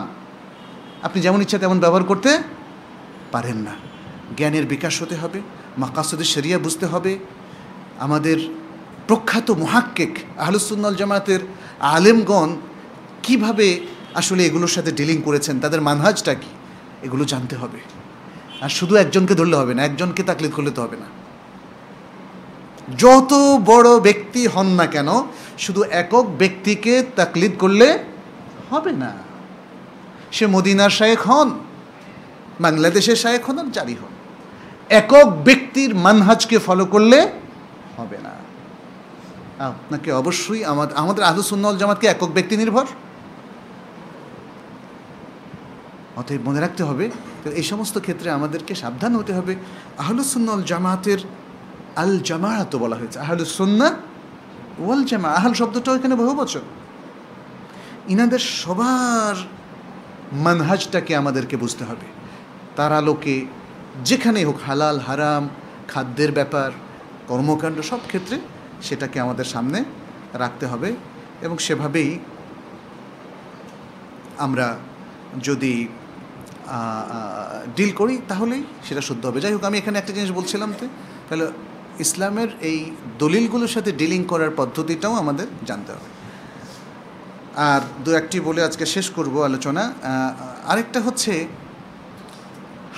খাদ্য হারাম কি হালাল, এই ব্যাপারে যখনই সন্দেহ দিবে তখনই কি খাবেন? হ্যাঁ, কি করবেন? অ্যাভয়েড করবেন। এটা হচ্ছে মূলনীতি।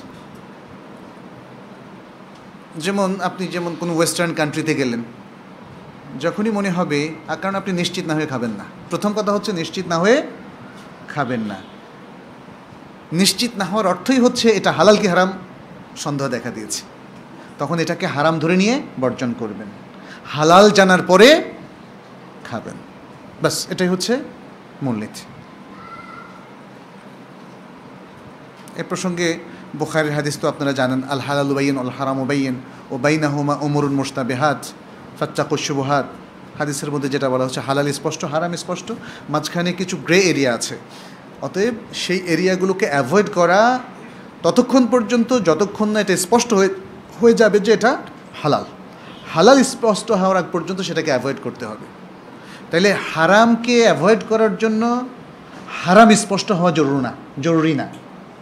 হালাল যদি নিশ্চিত হওয়া না যায়, তাহলে এটা হারামের গ্রুপের মধ্যে ফেলে দিতে হবে, ব্যাস, তখন অ্যাভয়েড করতে হবে। এটাই হচ্ছে বুদ্ধিমানের কাজ। আচ্ছা, আমরা আজকে এই পর্যন্তই রাখি। আমরা পরবর্তী আলোচনায় আরও খুঁটিনাটি বিষয় আলোচনা করব ইনশাআল্লাহ। হাদা সাল্লাল্লাহু সাল্লাম আলা নবিয়িনা মুহাম্মাদ ওয়া আলা আলিহি ওয়া আসহাবিহি আজমাইন।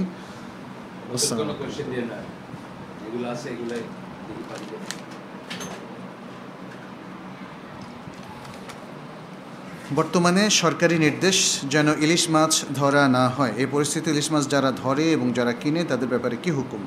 আর এই সময় ধরা মাছ যদি কেউকে খেতে দেয় তার কী করণীয়? সরকারি নির্দেশ, আমি ওই বিষয়ে যাব না, কারণ ইসলামের এখানে মূলনীতি আছে মাসলাহা আম্মা। মানে মাসলাহা আম্মা হচ্ছে সামষ্টিক স্বার্থটা কী, সামষ্টিক কল্যাণটা কী, এটা খুব ইম্পর্টেন্ট। সেটা যদি স্থানীয় প্রশাসন, সে যেই হোক না কেন, সেটাকে সুনিশ্চিত করে, তখন আমাদের জন্য ওয়াজিব হয়ে যায় সেটা মেনে চলা। ইলিশ মাছ ধরা কেন নিষেধ করা হয়েছে আপনারা জানেন? আমাকে একটু পানি দেবেন। কারণ হলো এখন মা ইলিশগুলোর ডিম ছাড়ার সময়, এবং এই ডিমগুলোর প্রত্যেকটা ডিম থেকে একটা করে মাছ তৈরি হয়। ক্রমবর্ধমান জনসংখ্যার দিক থেকে সাফিসিয়েন্ট মাছ যাতে উৎপাদন করা হয়, সেই ব্যবস্থাপনাটা তাহলে সামষ্টিক কল্যাণের অন্তর্ভুক্ত, এবং এটা খুব জরুরি একটা বিষয়। কারণ আপনি এটা মেনটেন করলে আল্লাহর যে বিউটিফুল রিজেকের ব্যবস্থাপনা, সেটা পরিপূর্ণ থাকবে। আর আল্লাহর দেয়া এই ব্যবস্থাপনাটায় আমরা কিছুটা হলেও নেগেটিভ রোল প্লে করব যদি মা ইলিশগুলোকে আমরা ধরে খেয়ে ফেলি। হয়তো ডিমটা খেতে খুবই মজা লাগে, আমারও খুব মজার খাবার হচ্ছে ইলিশের ডিম, বাট এটা খাওয়া উচিত না। আচ্ছা, এখন যেহেতু প্রশাসনিকভাবে নিষেধাজ্ঞা এসে গেছে, তাহলে আমরা বলবো যে আমাদের জন্য অত্যন্ত সঙ্গত হবে, বরং বলা যায় যে ওয়াজিব হবে এটাকে না করা। এটা আরেকটা উদাহরণ দিই। এখন হয়তো বলবেন যে কি বলেন আপনারা, সরকারি নির্দেশকে ওয়াজিব বানায় ফেললেন। এর কারণ হলো,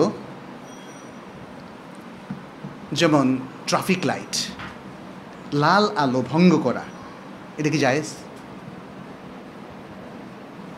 সবাই মাথা নাড়তেছেন, জায়েজ না। তার মানে এটাকে মেনে চলাটা ওয়াজিব, এবং এই ব্যাপারে বিশ্বের বড় বড় মুফতিরা ফতোয়া দিয়েছেন। কারণ কি? এটা কি এই কারণে যে এটা সরকারি নির্দেশ, মুসলিম কিংবা মুসলিম সরকার যাই হোক না কেন, এই কারণে না। এটা হচ্ছে মাসলাহা আম্মা লিল মুসলিমিন। মুসলমানদের সামষ্টিক স্বার্থ যাতে রক্ষা হয়, সেটা রক্ষা করা আমাদের উপর ওয়াজিব। কিন্তু আর বিশেষ করে যখন মুসলিম প্রশাসন সেটাকে নিয়ম করে দেয়, তাহলে সেই নিয়মের মধ্যে আমাদের থাকতে হবে। জি, এই সময় ধরা মাছ বাজারজাত করা যাবে না, ধরা যাবে না। যারা সেগুলো করছেন তারা সেগুলো আসলে এই সীমারেখাটা লঙ্ঘন করছেন। এবং যদিও এখানে আমরা মাসলাহাত আম্মার কথাই বলছি, এর পক্ষে অনেক দলিল আছে শরিয়ার, সেটা আম দলিল, কমন দলিল, সেটা স্পেসিফিক ইলিশ মাছের দলিল না। কোরআনে ইলিশ মাছের কোনো দলিল আসে নাই, হাদিসেও আসে নাই, কিন্তু মূলনীতিগত দলিল আছে। অতএব সেটা আমরা করব না, খাবো না, এবং এগুলোর প্রতি শ্রদ্ধাশীল থাকার মধ্যে আমাদের কল্যাণ। মূলনীতি এক এক মাযহাবে এক এক রকম হয় কি না? মূলনীতি সাধারণত সব মাযহাবেই, মুসলিম মাযহাবগুলোর কথা বলছি, একমাত্র বিভ্রান্ত মাযহাবগুলো আলাদা। যেমন মুতাজিলাদের আমাদের সাথে মিলবে না, আশআরি আকীদার লোকদের মিলবে না, মাতুরিদি আকীদার মিলবে না। এটা অবশ্য আকীদাগত মাযহাব।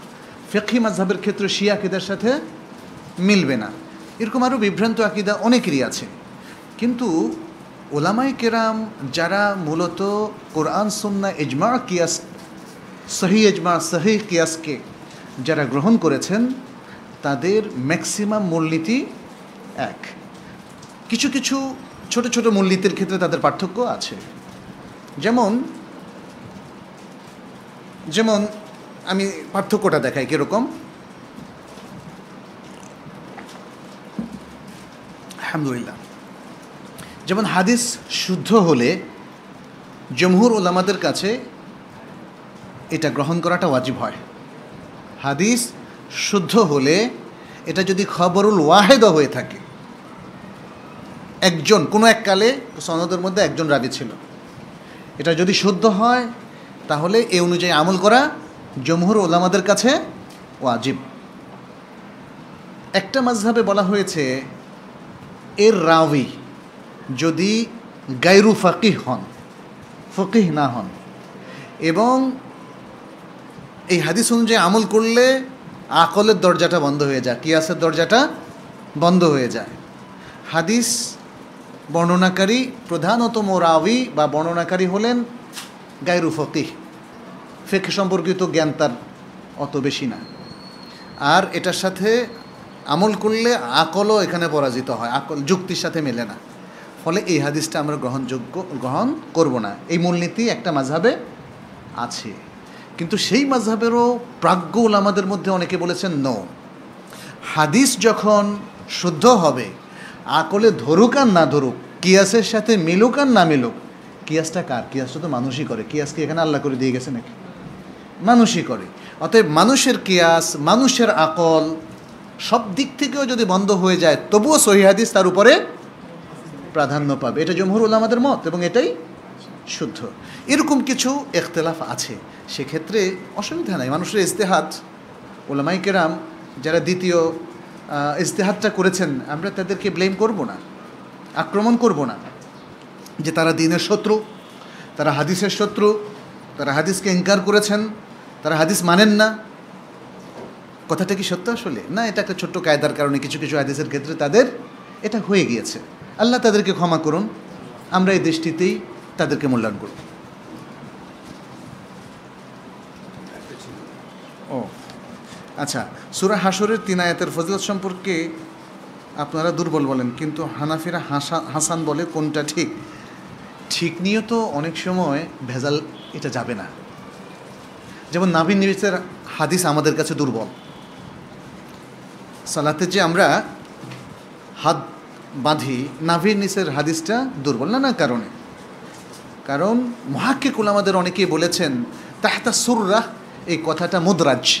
মুদরাজ মানে হচ্ছে পরবর্তী যুগের কোনো রাবিরা এটাকে ঢুকিয়ে দিয়েছেন। আবু দাউদের আসল নস্খার মধ্যে এটা পাওয়া যায় না। তাহলে আবু দাউদের আসল নস্খায় না পাওয়া যাওয়ার অর্থটা কি? এটা রাসূল সাল্লাল্লাহু আলাইহি সাল্লাম বলেনই নাই। তাহলে হাদিসের এই অংশটা কি হলো? দুর্বল হলো না? বরং যদি এটা সাব্যস্ত হয় নিশ্চিতভাবে যে এটা মুদরাজ, তাহলে তো এই অংশটা মাউদু, জাল। যাই হোক, এনিওয়ে, এটা হচ্ছে আমাদের ব্যাখ্যা। এখন মানে এটা কিন্তু একাডেমিক আলোচনা চলছে। আমি আশা করি যে যারা মানে নাভির নিচে বাঁধেন তারা আবার আমার প্রতি রেগে যাবেন না। এটা রাগার বিষয় না, এটা হচ্ছে একটা বিশ্লেষণ, যেটা আমাদের জানা আছে আমরা শেয়ার করছি। আপনার যদি আরও বেটার জানা থাকে তাহলে শেয়ার করবেন, অসুবিধা নেই, পরবর্তীতে আমরা দেখব ইনশাআল্লাহ। এরকম আরও অনেকগুলো মাসালা আছে যেটাকে একজন আলেম বলেন যে হাসান, আরেকজন আলেম বলেন যে গরিব, আরেকজন আলেম বলেন যে দাঈফ, আরেকজন বলেন যে দাঈফ জিদ্দান। যার কাছে যেটা আমানতদারির সাথে, আমানতদারি কার সাথে? আল্লাহর কাছে, আল্লাহর সাথে আমানতদারি। এই আমানতদারির আলোকে আল্লাহকে ভয় করে যদি সত্যিই আপনার কাছে হাসান হয়, তাহলে আপনি সেটা আমল করেন, কোনো অসুবিধা নেই, মূলনীতি ঠিক আছে। হাসান হাদিস কারো কাছে প্রমাণিত হলে তিনি সে অনুযায়ী আমল করবেন। আর ওই হাসান হাদিসটা যদি আমার কাছে সার্বিক বিবেচনায় দাঈফ হয়, আমি আমল করব না। তাহলে আমাদের দুজনের মধ্যে আসলে পার্থক্য নাই, মূলনীতিতে পার্থক্য নাই, হুকুমে পার্থক্য আছে। মূলনীতি কি? আমরা দাঈফ হাদিস দিয়ে আমল করব না, হাসান বা সহিহ হাদিস দিয়ে আমল করব। তাহলে মূলনীতি তো সেম, এটাতে ইখতিলাফ মানে করা যাবে না। আমরা অনেকেই সেগুলো না বুঝেই খালি ঠোকাঠুকি করি, এটা উচিত না। হ্যাঁ, মূলনীতি হচ্ছে ওই যে দলিল গ্রহণ পদ্ধতি, দলিলের মূলনীতিগুলো ঠিক আছে কিনা এটা একটু দেখার বিষয়। আর যারা আজকে সহি মানহাজের মধ্যে আছেন, আহলুস সুন্নাহ ওয়াল জামাআর বড় বড় আলেমদের, এমনকি হাদিসের তাসহিহ তাদঈফের ক্ষেত্রেও অনেক ইখতিলাফ। মূলনীতি হচ্ছে আপনি দাঈফ হাদিস যদি আপনার কাছে প্রমাণ হয় আমল করবেন না, সহিহ হলে আমল করবেন, হাসান হলে আমল করবেন, বা সেই মূলনীতিতে হলে কোনো অসুবিধা নেই। এই জন্য আপনি দেখবেন একই মানহাজের লোকদের মধ্যে ফিকহি ইখতিলাফ আছে। আজকাল বই লেখা হচ্ছে, অনেক বলা হচ্ছে এই যে সহি মানহাজ বা সহি আকিদার লোক বা অমুক মানহাজের লোক, এরা দাবি করে যে এই মানহাজের মধ্যে আসলে আর কোনো ইখতিলাফ হবে না। আসলে এই দাবি কেউ করেনি, এই দাবি আমরা কেউ কখনোই করিনি। আমাদের শাইখদের মধ্যে ইখতিলাফ ছিল, আমাদের ইমামদের মধ্যে ইখতিলাফ ছিল, এবং আজকে যারা মানে কম এলেম রাখেন বা বেশি এলেম রাখেন, এলেমের এই বুঝার ক্ষেত্রে, ইজতিহাদের ক্ষেত্রে তো ইখতিলাফ কিয়ামত পর্যন্ত থাকবেই। এটাকে পৃথিবীর কোনো জাতি বন্ধ করতে পারবে না। অতএব ইখতিলাফটা ইটসেলফ এটা এটা খারাপ কিছু না। খারাপ হচ্ছে ইখতিলাফটা প্রবৃত্তির বশে করা, জেদের বশে করা, জেদ করে। যেটা আমি বললাম আপনার কাছে, আপনি বলতেছেন হাসান হাদিস, এটা কি জেদ করে বলতেছেন? তাইলে আমল করা জায়েজ হবে না। নাকি এটা গবেষণা করে বলছেন, আমানতদারির সাথে বলছেন, তাইলে এর দ্বারা আমল করা আপনার জন্য জায়েজ হবে। কোল্ড ড্রিঙ্কস পান করাকে অনেকে হারাম বলেছে, কিন্তু কোল্ড ড্রিঙ্কস পান করলে নেশা হয় না, একটু বুঝিয়ে বলবেন? এটা সম্পর্কে আমি আলোচনায় বলেই ফেলেছি। অনেক মসজিদের ইমাম ও মাদ্রাসার হুজুর পানের সাথে জর্দা খেয়ে থাকে, তা হালাল হবে কি না? যেটা হালাল সবার জন্য হালাল, যেটা হারাম সবার জন্য হারাম। জর্দা এটা তামাক, তামাক জাত জিনিস সেবন করা হারাম, তাহলে স্বয়ং তামাক খেয়ে ফেলা বেতরিকা আওলা। এখন আমাদের সমাজে অনেক কিছু আমরা অভ্যস্ত হয়ে যাওয়ার কারণে হালকা হয়ে গেছে। এর মধ্যে একটা হচ্ছে সুদ। সুদ হালকা হয়ে গেছে। একজন মুসলিমের চেতনায় মারাত্মক অধপতন ঘটেছে। এই জন্য আমরা অনেকে বলি যে প্রথম বাড়িটা সুদ দিয়ে করলে অসুবিধা নাই, সেকেন্ড বাড়িটায় সুদ পরিহার করবেন। অনেক রকম বললাম না, জাস্টিফিকেশন শুরু হয়ে গেছে। মুসলিমরা সবাই যদি অ্যাডামেন্ট হতো যে হালালের মধ্যেই থাকবো, হারাম বর্জন করব, তাহলে সারা বিশ্ব হালালে কনভার্ট করত। বিশ্বকে কম্প্রোমাইজ করে করে আমরাই হারাম আর হালালের মধ্যে এই মিশ্রণ ঘটাচ্ছি। আল্লাহ আমাদেরকে মাফ করুন। আংটি ব্যবহার করা সুন্নাহ কিনা? যদি সুন্নাহ হয় তাহলে কয়টি আংটি পরা সুন্নাহ? অনেকে 2-4টা এবং তার চেয়ে বেশি আংটি ব্যবহার করে। আবার অনেকে শ্বশুর শাশুড়ি নতুন জামাইকে স্বর্ণের আংটি দিয়ে থাকে এবং সেই আংটি পরে সালাত আদায় করে থাকে, সেটা ঠিক কিনা? অনেক প্রশ্ন করে ফেলছেন, মাশাআল্লাহ, এ ভাই খুবই বুদ্ধিমান। আংটি পরাটা এটাকে ওইভাবে সুন্নাহ বলা যাবে না, তবে এটা রেকমেন্ডেড, অর্থাৎ এটা জায়েজ আছে। রাসূল সাল্লাল্লাহু আলাইহি ওয়াসাল্লাম পরেছিলেন, রাসূল সাল্লাল্লাহু আলাইহি ওয়াসাল্লামের ইত্তেবায়ের কারণে এখানে আপনি সওয়াব পাবেন। তবে আংটিটা রাসূল সাল্লাল্লাহু আলাইহি ওয়াসাল্লাম যেই প্যাটার্নে অথবা যেই জিনিসের, সেটা মধ্যে সীমাবদ্ধ থাকতে হবে। রাসূল সাল্লাল্লাহু আলাইহি ওয়াসাল্লাম কি স্বর্ণের আংটি পরেছিলেন? পরেননি। রাসূল সাল্লাল্লাহু আলাইহি ওয়াসাল্লামকে আংটি পরার সময় ভাবতেন এই আংটি আমার জন্য তাবিজের কাজ করবে। হ্যাঁ, এখন তো আংটিতে মেওয়া ফলে, এরকম আংটি দেখা যায় বিক্রি করতেছে মানুষ, ওড়ার মধ্যে করে, ওড়াতে করে বিক্রি করছে। নিজের ভাগ্য ফেরাতে পারেননি, আবার আংটিতে অন্যের ভাগ্য ফেরাবেন। তাহলে ওই যে মাকসাদ ঠিক রাখতে হবে। মাকসাদ হচ্ছে ইত্তেবা রাসূল সাল্লাল্লাহু আলাইহি ওয়াসাল্লাম। দেখেন আমি একটা আংটিও পরি না, তাহলে কি আমি সুন্নাহর খেলাফ করলাম? আমাদের অনেক শায়েখদেরকে দেখছি কেউ আংটি পরেননি, কেউ হয়তো পরেছেন, পরলেও তিনি রাসূল সাল্লাল্লাহু আলাইহি ওয়াসাল্লামের আংটির সেই সুন্নিয়াতটা রক্ষা করবেন। এখানে সুন্নিয়াত কথাটা আমি বলেছি এজন্যে, রাসূল সাল্লাল্লাহু আলাইহি ওয়াসাল্লামের তরিকা সবটাই সুন্নাহ, কিন্তু রাসূল সাল্লাল্লাহু আলাইহি ওয়াসাল্লাম আংটি পরা আমাদেরকে নির্দেশ দেননি, উত্তম বলেও তিনি আমাদেরকে উদ্বুদ্ধ করেননি। যেহেতু এটা তার আমল ছিল, এটা ইবনে তাইমিয়া রাহিমাহুল্লাহ তার মাজমুউর ফাতাওয়ার মধ্যে উল্লেখ করেছেন। রাসূল সাল্লাল্লাহু আলাইহি ওয়াসাল্লামের যে কোনো আমল জাওয়াজের দলিল, জাওয়াজ বুঝছেন তো, এটা অ্যালাউড হওয়ার দলিল, পারমিশনের দলিল।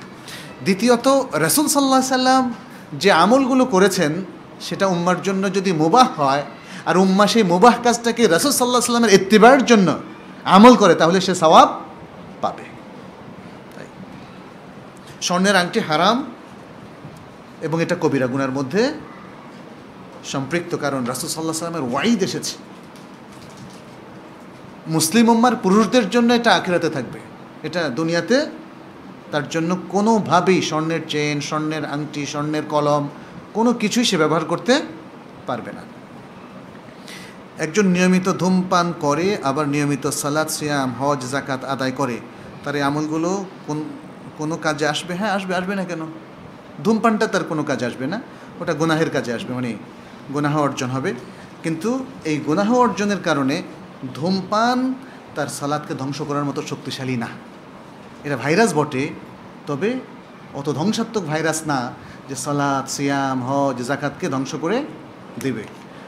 যেটা ওরকম ভয়ঙ্কর ভাইরাস সেটা হলো কুফর, শিরক, সেটা হলো বেদাহ এবং সেটা হলো নাস্তিকতা।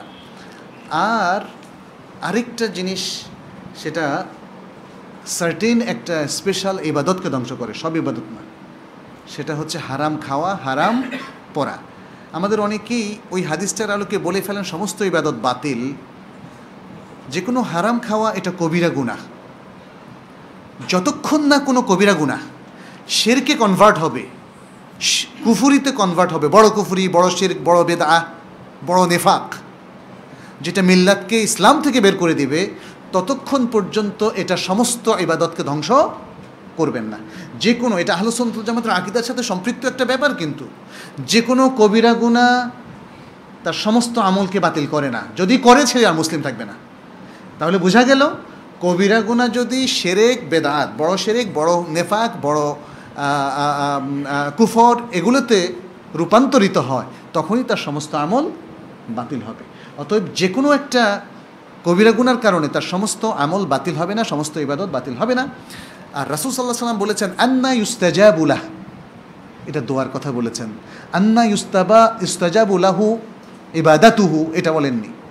তার সমস্ত ইবাদত কিভাবে কবুল হবে এটা বুঝাননি, বুঝিয়েছেন এই ব্যক্তি বলতে থাকে আয় রব, ইয়া রব, ইয়া রব করে আল্লাহর কাছে দোয়া করতে থাকে, তার দোয়াকে অন্য কীভাবে কবুল হবে, এটা কিন্তু হাদিসের মধ্যে এসছে। সে জায়গায় যদি আমি সেটাকে ইবাদত বলে ব্যাখ্যা করি, তাহলে সেই ব্যাখ্যা কিন্তু কোনো মুহাদ্দিস করেননি। সিগারেট খাওয়া কেমন হারাম? এটা বড় হারাম। হারাম বড় ছোট সবই সমান। হারাম কাজ করাটা কবিরা গুনাহ। অতএব এদিক থেকে আমরা বলবো সব হারামই বড়, অতএব এটা কবিরা গুনাহ। সিগারেট খেলে কি ইবাদত কবুল হবে? আগেরটার মতোই। মহিলাদের কি কোনো পুরুষ সালাম দিতে পারে? হ্যাঁ, দিতে পারে, কিন্তু অপরিচিত মহিলাদেরকে সালাম দিয়ে তার প্রাইভেসি নষ্ট না করাই উচিত, তাই না? সালাম দিলে উনি হয়তো ভাববে যে উনি খাতির জমাইতে আসছে, এরকম একটা ভাব তৈরি হয়। আবার কোনো মহিলাও যদি অনেক সম্মানিত শায়েখকে দিতে পারে, এটার কারণটা আছে, তাই না? একজন শায়েখ যাকে সবাই চেনে, কোনো মহিলা তাকে দিলেন, কেউ কিছু মনে করবে না। কিন্তু হঠাৎ করে এক মহিলা খালি সবাইকে সালাম দিয়ে যাচ্ছে রাস্তায়, তাইলে এটা কিন্তু ইনডিসেন্ট। এটা ইনডিসেন্ট। মহিলাদের সম্ভ্রান্ত মানে ইয়েটা হচ্ছে যে সে সবাইকে গণহারে সালাম দেবে না। হয় সে তার চাচাকে দেখলে সালাম দেবে, দাদাকে দেবে, বাবাকে দেবে, অথবা তার শিক্ষককে দেখলে। অপরিচিতদেরকে সালাম না দেওয়া, এবং পুরুষও অপরিচিত মহিলাদেরকে সালাম না দেওয়া, এটাই হচ্ছে মুরুয়া। এটাই মুরুয়া। তবে দিয়ে ফেললে, বলি ভালো নিয়ত থেকে দিয়ে থাকে, খারাপ কোনো নিয়ত না, দিয়ে ফেললে সেটা আমরা বলবো মুরুয়াতের খেলাপ করেছে, কিন্তু সেটা কোনো হারাম কাজ সে করেনি। মহিলারা কি পারবে পুরুষদের সালাম দিতে? উত্তর হয়ে গেছে। মহিলারা কাদেরকে সালাম দিতে পারবে আত্মীয়দের মধ্যে, সেটার উত্তর হয়ে গেছে। বেপর্দা মহিলাদেরকে কি দান করা যায়? দান করার বিষয়টা মনে রাখবেন, অধিকাংশ ক্ষেত্রে এটা একটা মানবিক বিষয়। একজন বেপর্দা মহিলা অসুস্থ, তার চিকিৎসার প্রয়োজন, দান করবেন না তাকে? একজন হিন্দু যে কোনোদিন ইসলাম গ্রহণ করবে না, অসুস্থ, তাকে কি আমরা দান করতে পারবো মানবিক সাহায্য? এটা ইসলামের বিউটি, করতে পারবো। এত স্বার্থপর হলে হবে না, কেউ আর ইসলাম গ্রহণ করবে না। এভাবে যদি হিসাব করেন যে বেপর্দা মহিলাকে দান করব না, তবে হ্যাঁ, যারা দিনদার না তাদেরকে জাকাত না দেওয়াই ভালো। অন্য সাদাকা দেন, অন্য জাকাতটাকে আমরা প্রথমত খুবই প্র্যাকটিসিং দিনদার মুসলিমদের জন্য রাখি।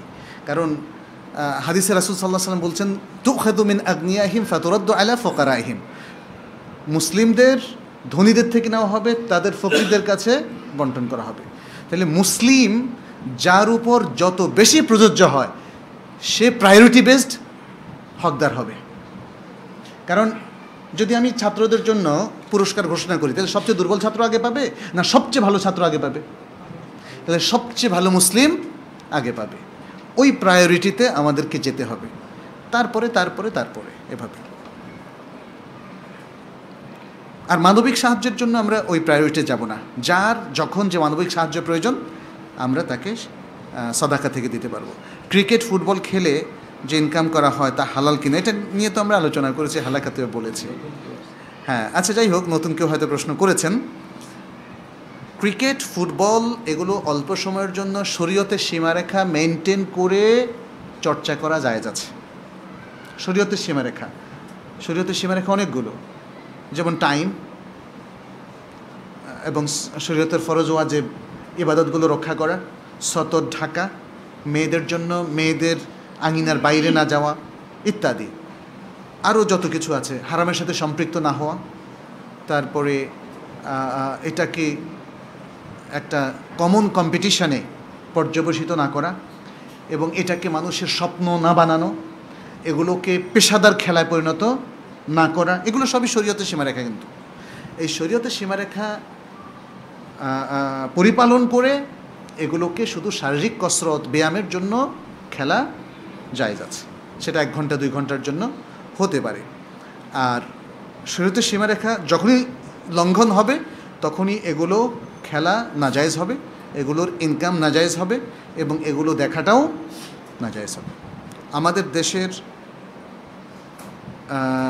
হানাফি মাযহাবের অনুসারীরা দুর্বল হাদিসের উপর আমল করা বৈধ মনে করে। এক্ষেত্রে আপনি কি বলবেন? এটা শুধু হানাফি মাযহাবের অনুসারীরা না, এটা বিভিন্ন মাযহাবের ওলামায়ে কেরাম বলেছেন। যদিও মুহাদ্দিসিনদের, সব মাযহাবের মুহাদ্দিসিন যারা, তারা আবার স্ট্রিক্ট। হানাফি মাযহাবে অনেক স্ট্রিক্ট মুহাদ্দিস আছে, কিন্তু এটা জানতে হবে। যেমন আয-যাইলানী, তিনি হিদায়া গ্রন্থের অনেক হাদিসকে ওয়াহিন, দাঈফ বলে একদম করে দিয়েছে তার নাসবুর রায়া গ্রন্থে। কারণ মুহাদ্দিসিনরা এরা অনেক আমানতদার, এরা মাযহাবের ওইভাবে তেমন পক্ষপাতিত্ব করেননি যদি হাদিস চর্চাটাই তার উপর গালেব হয়ে যায়। তারা রাসূল সাল্লাল্লাহু আলাইহি সাল্লামের হাদিসের অথেন্টিসিটি ধরে রাখার চেষ্টা করেছেন, যদি কোনো মাযহাবের অনুসারী তারা হয়েও থাকেন। এবং সেক্ষেত্রে দেখা যায় বরং তারা বহু মাসালায় মাযহাবের খেলাপ করে বসেছেন, যখন জানতে পেরেছেন যে এটা দাঈফ হাদিসের উপর মাযহাব করেছে, মানে বেনা করেছে। এখানে একাধিক মাযহাবের ওলামায়ে কেরাম আছেন যারা দাঈফ হাদিসকে ফাদায়েলে আমালের ক্ষেত্রে জায়েজ বলেন। তবে এক্ষেত্রে আরও বেশ কিছু শর্ত আরোপ করা হয়েছে। যেমন ফতহুল বারির সংকলক ইবনে হাজার আল আসকালানী রাহিমাহুল্লাহ, তিনি কয়েকটি শর্ত উল্লেখ করেছেন। কিন্তু দেখা যাচ্ছে যে ফাজাইলু আমালের ক্ষেত্রে এটা আমল করা যায়, এতটুকু ইনফরমেশন নিয়েই সাধারণ মানের আলেম ওলামা, ইমাম আইম্মা তারা আত্মতুষ্টি পেয়েছে এবং ওই শর্তগুলো ভুলে গিয়েছে।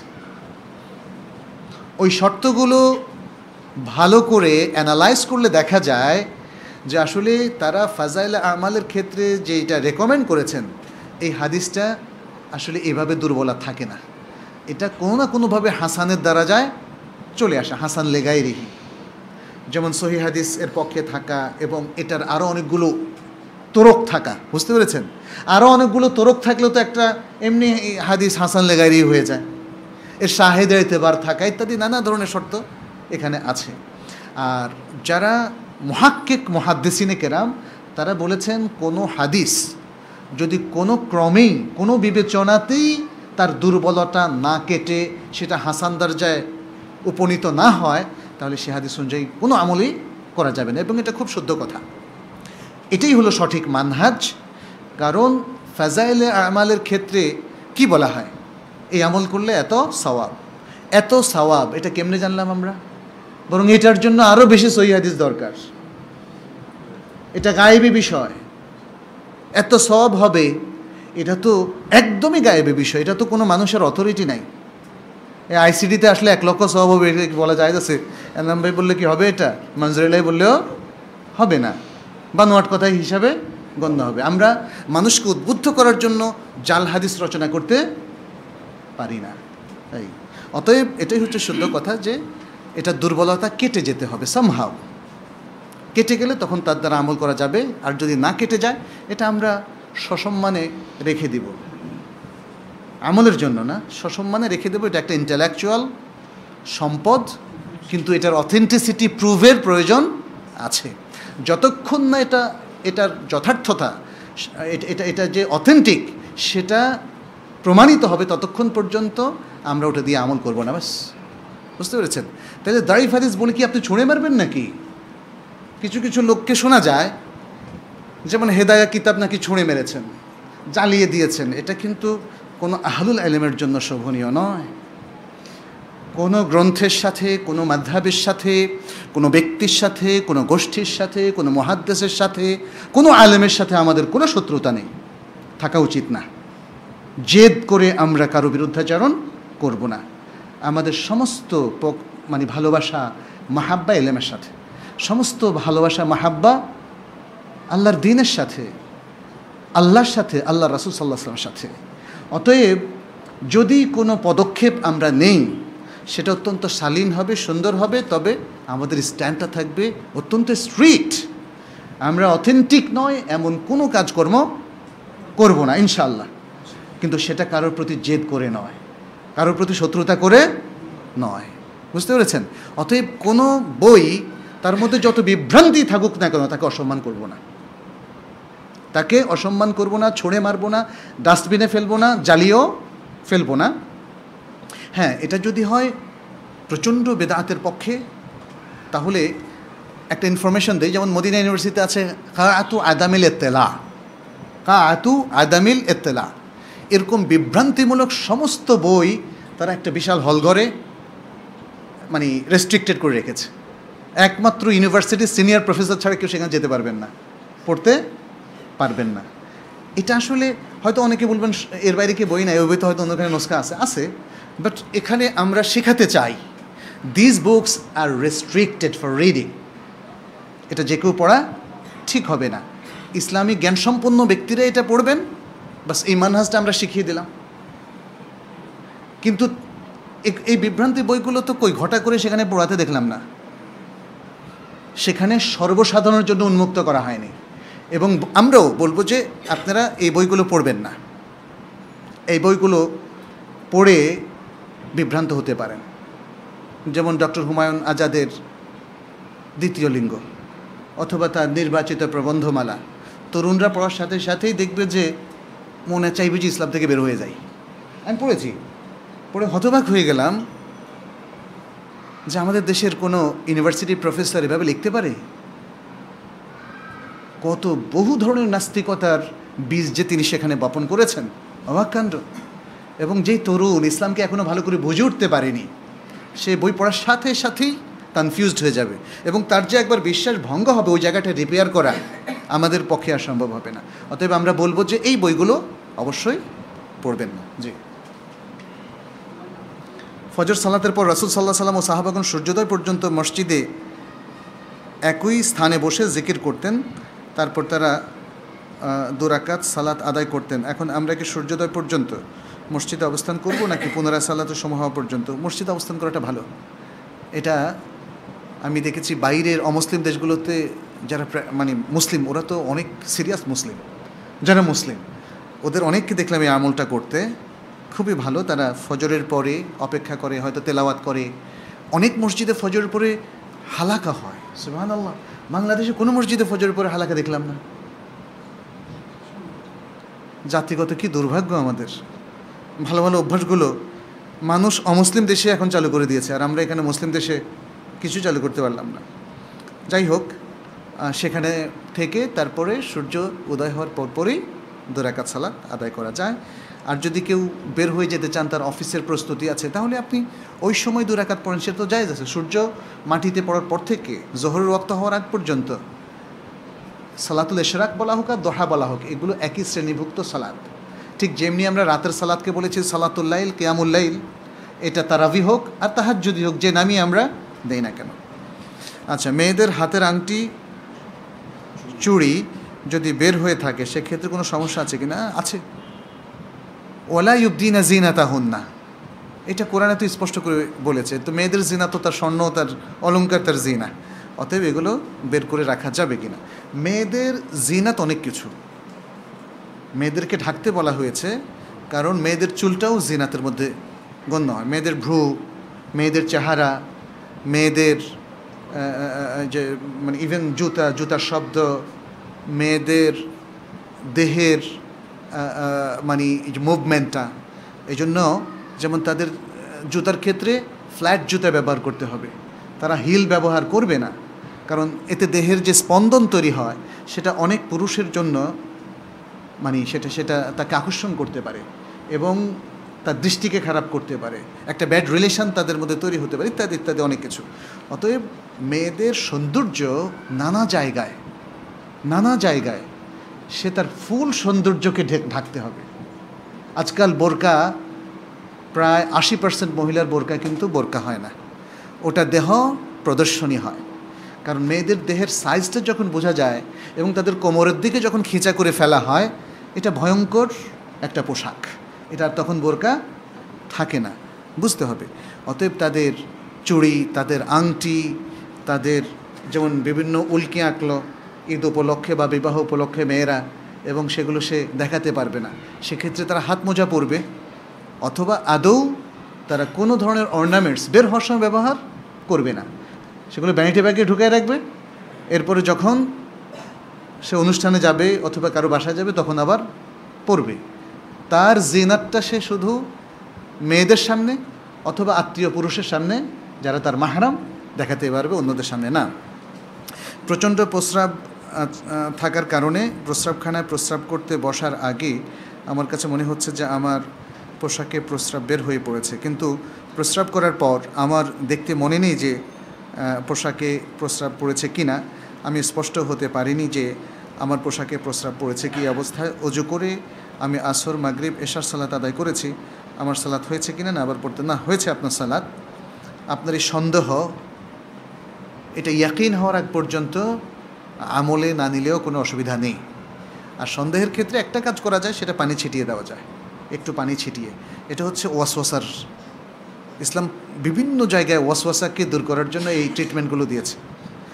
অরিজিনাল যাই হোক না কেন, এটা তো হুকমি একটা বিষয়, এই হুকমি বিষয় দিয়ে আপনার মধ্যে যে মেন্টাল ডিসঅর্ডারটা হয়েছে ওয়াসওয়াসা, ওটাকে বন্ধ করে দিয়েছে।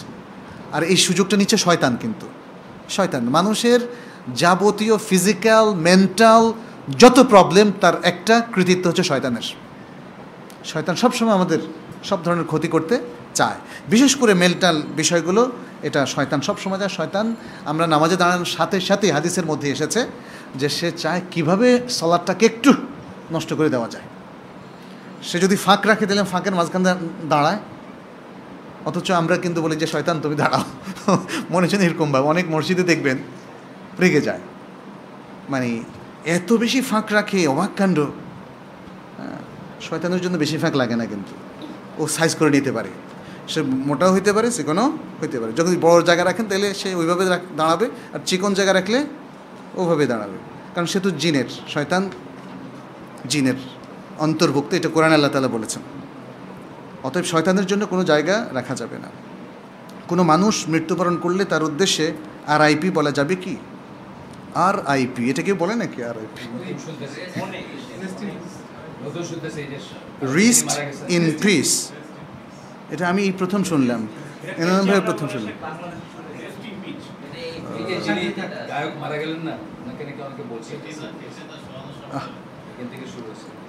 হারাম, এটা যেহেতু অন্য ধর্মের কালচার, আমাদের জন্য এটা হারাম হবে।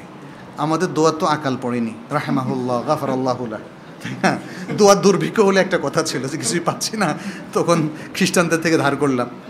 আচ্ছা, কেউ যদি সুদের ব্যবসা করে এবং ওই টাকা থেকে মসজিদ ও মাদ্রাসায় দান করে, সেটা নেওয়া উচিত হবে না? উচিত হবে না। সুদ হচ্ছে সবচেয়ে হারাম, পৃথিবীতে যত হারাম আছে সবচেয়ে ভয়ঙ্কর হারাম হলো সুদ, এবং তারপরে হলো ঘুষ। সুদটা ঘুষের চেয়েও হারাম বেশি। সুদটা হচ্ছে একটা সিস্টেম, এই কারণে এটা বেশি হারাম, এবং এই কারণে আল্লাহ তাআলা শুরু থেকেই এটাকে হারাম করে দিয়েছেন এবং এর বিরুদ্ধে যুদ্ধ ঘোষণা করেছেন আল্লাহ রাসূলের পক্ষ থেকে। সুদটা একটা সিস্টেম, আর ঘুষটা হচ্ছে পায়তারা করে একজন থেকে নেয়, বুঝছেন? এবং আজকের ব্যাংক সিস্টেম, আজকের অর্থনৈতিক সিস্টেম, কর্পোরেট সিস্টেম কিন্তু এটা যে সুদী সিস্টেম সেটা কিন্তু প্রমাণ করে দিয়েছে। এর আগে মাহাজানি সিস্টেম ছিল, দাদন ব্যবসা, নানা ধরনের ব্যবসা, যে ইহুদি জমিদার প্রথা বা সুদী ব্যবসা, ওরা কি সুদকে প্রাতিষ্ঠানিক পর্যায়ে নিয়ে গেছে ইহুদিরা সেই হাজার হাজার বছর থেকে। এই জন্যই কোরআন সুদকে সবচেয়ে মারাত্মক খারাপ হিসাবে ঘোষণা করেছে। আমাদের সেই ঘৃণা এখনও আসে নাই, এখনও সবাই আমরা নানা জাস্টিফাই করি, এবং আমাদের অনেক ইসলামিক স্কলাররাও জাস্টিফাই করে। আমরা শুধু মানে এতটুকু বলি যে যেহেতু আপনি হঠাৎ করে বের হলে আপনাকে খাদ্য কে প্রোভাইড করবে, অতএব আপনি আজকেই বের হওয়ার সিদ্ধান্ত নেন, এবং সিদ্ধান্ত নিয়ে যত দ্রুত পারেন সেখান থেকে বের হন। তার আগ পর্যন্ত আপনার জন্য এটা জরুরা। আর জরুরা প্রয়োজনের জন্য সাদ্দুর রামাক মনে রাখতে হবে, সাদ্দুর রামাক। এটা দিয়ে যদি 2.5 লাখ টাকা করে মাসে বেতন পাচ্ছেন আর ওটা দিয়ে খুব এনজয় করবেন, সেটা করা যাবে না। জামাতে সালাত আদায়কালে নিজের তাসবিহ পাঠ, তাশাহুদ বা দোয়া মাসুরা বা দরুদ পড়তে ভুল হলে বা পড়তে ভুলে গেলে কীভাবে ইমামের পেছনে সালাত শেষ করতে হবে। সালাত আদায়কালে নিজের তাসবিহ পাঠ, এই সমস্ত ভুল হলে ইমাম তাহাম্মুল করবেন, এই সমস্ত ভুল হলে ইমাম তাহাম্মুল করবেন, কিন্তু রোকনে ভুল হলে ইমাম তাহাম্মুল করতে পারবেন না। এই জায়গায় ইমাম দুর্বল। যেমন ইমাম করলে 2টো সেজদা, আপনি ওই যে অঙ্ক কষতেছেন ব্যবসার, এর মধ্যে হঠাৎ একটা মিস হয়ে গেল, তখন বুঝলেন যে আরে আমার তো একটা মিস হয়ে গেল, এখন কি আরেকটা নিজে করবেন? সুযোগ নাই, সুযোগ হারাই ফেলছে, ইমাম উঠে গেছে, আপনাকে উঠে যেতে হবে, আপনার ওই রাকাত বাতিল। আপনি ইমামের সাথে শুরু করেছেন বাট আপনার ওই রাকাত বাতিল। তাহলে ইমাম সালাম ফেরানোর পরে আপনাকে আরেক রাকাত নিয়ে আসতে হবে। এছাড়া আর যে কোনো তাসবিহ পাঠে ভুল করছেন, আত্তাহিয়াতু পড়তে ভুলে গেছেন, তাহলে ইমাম এগুলো তাহাম্মুল করবেন। সমুদ্রের সবই হালাল, এই হাদিস কি হাঙ্গর, অক্টোপাস, শামুক, কাঁকড়া, কচ্ছপ, কুমির সবই হালাল? এটাই শুদ্ধ মত। তবে ওলামাদের মধ্যে কেউ কেউ হিংস্র প্রাণীগুলোকে কেউ মাকরু বলছেন, কেউ হারাম বলছেন। কেউ যেমন সমুদ্রের কুকুর বা শার্ক কিংবা যে জলহস্তি এই টাইপের এগুলোকে হারাম বলেছেন। তারা এগুলোকে স্থলের পশুর সাথে তুলনা করেছেন। তো আসলে সমুদ্রে যেগুলো থাকে এবং মানে পানির মধ্যে থাকতে তারা অভ্যস্ত, এ সবগুলোকে খাওয়া যাবে, সেটাই কোরআন হাদিসের স্পষ্ট ভাষ্য। কিন্তু খাওয়াটা ওয়াজিব না, এটা একটু বুঝতে হবে। যেমন অনেকে হয়তো বলবেন তাহলে কি আমাকে কাঁকড়া খেতে বলেন? না, আমি বলি না। কচ্ছপ খাইতেও বলি না, কুমির খাইতেও বলি না। যদি আপনাদের রুচিতে কুলে তাহলে খাবেন। আমি যেমন 2015 সালে যখন ওজারাতুল হজ সৌদি আরবের গেস্ট হিসাবে গেলাম, তখন দেখলাম শায়েখরা শামুক খাচ্ছেন। তা আমি ভাবলাম যে আমি একটু খাই। একজন বলল খুবই স্বাদ, আমি অত স্বাদ অনুভব করলাম না। এরপর দেখলাম যে ফিলিস্তিনের গ্র্যান্ড মুফতি আমার সামনে কাঁকড়া খেয়ে ফেললেন, হোটেলে দেওয়া ছিল। আমি একবার চিন্তা করেছি দেখি একটু খাবো, পরে দেখলাম যে খেতে পারলাম না, খাই নাই, এই আর কি। তো আসলে এগুলো হালাল। সরকারি চাকরির ক্ষেত্রে দেখা যায় অনেক শিরক, কুফর বা বেদাতের কাজ বা অনুষ্ঠানে অংশগ্রহণ করতে হয়। এখন কি তাহলে এ সকল চাকরির জন্য আবেদন করা যাবে? না, আবেদন করবেন, যাবেন না, যাবেন না, না যাওয়ার পারমিশন নিয়ে নেবেন। কারণ আমাদের ইসলামের মৌলিক জিনিসগুলো যদি আমরা প্রোটেকশন করার মতো সাহসী না হই, তাহলে কাপুরুষ হলে আপনি মনে করবেন না যে আপনি চাকরি না নিলেই আপনি ঠিক থাকবেন। নো, আপনি যাবেন এবং শরিয়তের সীমারেখা মেনে চলবেন। কারণ এটা তো মুসলিম কান্ট্রি, এটা তো অমুসলিম না। এবার সব জায়গা থেকে সরে যাবেন, ইউনিভার্সিটিতেও পড়বেন না, কলেজেও যাবেন না, এরপর কদিন পর বলবেন মাদ্রাসাও তো সমস্যা, মাদ্রাসাও যাবেন না, কদিন পরে বলবেন মসজিদেও সমস্যা। তাহলে কোথায় যাবেন? মসজিদে যাবেন, সমস্যা দূর করবেন, মাদ্রাসায় যাবেন, সমস্যা দূর করবেন, ইউনিভার্সিটিতে ঢুকবেন, শরিয়তের সীমারেখা রক্ষা করবেন এবং বলবৎ করবেন। দেশের অর্থনৈতিক পলিসির কারণে দেখা যায় অধিকাংশ প্রতিষ্ঠান হালাল প্রোডাক্ট উৎপাদন করলেও সুদী ব্যাংকের থেকে লোন বা সুদী ব্যাংকের সাথে সংযুক্ত থাকে। এক্ষেত্রে চাকরির বিধান কী হবে? যদি আপনার কোম্পানিটা মৌলিকভাবে সুদে সম্পৃক্ত না, যেমন তার টাকাটা সে সুদী ব্যাংকে রাখে, তাহলে এই কারণে আপনার চাকরিটা হারাম হবে না। কারণ আপনার যে প্র্যাকটিস, আপনার কাজের ধরন, আপনার যে মুআমালা এবং আপনার স্যালারি নেওয়া ইত্যাদি সব কিছু যদি শুদ্ধ থাকে, তাহলে কোম্পানির সুদী ব্যাংকের সাথে সম্পৃক্ততার কারণে আপনার চাকরি হারাম হবে না। তবে যদি সুদী ইনকাম কোম্পানি তার ইনকামে নেয়, তাহলে কোম্পানির কর্ণধররা দায়ী হবে। আপনার স্যালারি সেই সুদের ইনকাম থেকে এসছে এটা তো বলা যাবে না। একজন সুদ খায় এমন লোক তার ড্রাইভারের বেতন যদি দেয় তখন সেটা নিষ্কাশিত হয়ে যায়, বুঝতে পেরেছেন? একজন লোক সুদি টাকায় লোন করে যদি চালের আড়ত দেয়, আমি বা আপনি কেনার পরে সুদ আর সেখানে থাকে না, কারণ সুদ তার অর্জন, আমার অর্জন নয়, বুঝতে পেরেছেন? কোম্পানির ডাইরেক্টরদের যদি সুদের রেভিনিউ অর্জন হয়, আমাদের না। অতএব এক্ষেত্রে আমাদের, কারণ আজকে যদি আরও বেটার অপশন থাকতো আমরা বলতাম যে না বেটার অপশন যান। আমরা যদি এমন কার্যক্ষেত্র আবিষ্কার করতে পারতাম যে সেখানে কোনো রেভিনিউ সুদ থেকে আসে না এবং কোনো একটা অ্যাকাউন্টও কোম্পানির সুদের ব্যাংকে নাই, এলসিও সুদের মাধ্যমে খোলা হচ্ছে না, ইত্যাদি সব দিক রক্ষা করা কোম্পানি যদি থাকতো এবং আপনি বলতেন যে আমি বলেন তো মঞ্জুর ভাই আপনি আমি এটাতে যাব না এটাতে না ওইটাতে, আমি বলবো না ওইটাতে যান, ওইটার মালিকও ভালো, সালাত পড়ে, সব দিক থেকে ভালো, প্রোডাক্টও ভালো, অর্থনৈতিক কর্মকাণ্ড ভালো, তো ওটাতে যাবেন। ওই প্রায়োরিটিতে এখনও কাজ করবেন, বেটার অপশানে সবসময় যাবেন। আমাদের কাছে বেটার অপশন বেশি স্যালারি না, আমাদের কাছে বেটার অপশন হচ্ছে বেশি হালাল। সংক্ষেপ করি। আচ্ছা, মিলাদুন্নবী বা অনুরূপ বেদাতি অনুষ্ঠানের জন্য তৈরি করা খাবার কি হারাম হবে? এক্ষেত্রে আমরা বলি যে অ্যাভয়েড করবেন, কারণ উপলক্ষ তো হারাম, উপলক্ষ হারাম। হারাম উপলক্ষগুলোর ক্ষেত্রে আসলে কিছু অবজারভেশন আছে। এটাকে সরাসরি হারাম না বললেও আমরা বলবো যে এটা ভালো খাদ্য নয়, ডিসেন্ট ফুড না, অতএব এটাকে আপনারা বর্জন করবেন। কেউ কেউ হারাম বলেন। আচ্ছা, চা খেয়ে নেশা হলে তা কি হারাম কিনা? চা খেয়ে কি নেশা হয়? না, চায়ের মধ্যে নেশার কিছু নাই। এরকম অনেক জিনিস মানুষ অভ্যস্ত হয়ে যায়, বুঝছেন? যেমন বাঙালি ভাতের নেশায় আছে, তাই না? এখন কি বলবো, ভাত খেয়ে নেশা হলে ভাতও কি নিষেধ? হ্যাঁ, ভাত দিয়ে যদি ওই যে ভাতের মাঠ দিয়ে যে দেশি মদ বানায় সেটা আলাদা কথা। ভাত খেতে অভ্যস্ত হওয়াটা বা ইলিশ মাছ খেতে অভ্যস্ত হওয়াটা, এগুলোকে নেশা বলা যাবে না। নেশা কিন্তু অন্য জিনিস, যেমন যথাসময় চা না খেলে মাথা ব্যথা হয় ইত্যাদি, না, এটাকে নেশা বলা যাবে না। আচ্ছা, দাড়ি ছেড়ে দেওয়ার আর মোচ ছোট করার নির্দেশ রয়েছে। হ্যাঁ, এখন মোচটা শেভ করা কি দর্শনীয়? মোচটা শেভ করাটার নির্দেশ আসে নাই। এটা আমাদের অনেকে করে থাকেন, তবলিগ জামাতেরও বেশ লোকদেরকে দেখা যায়।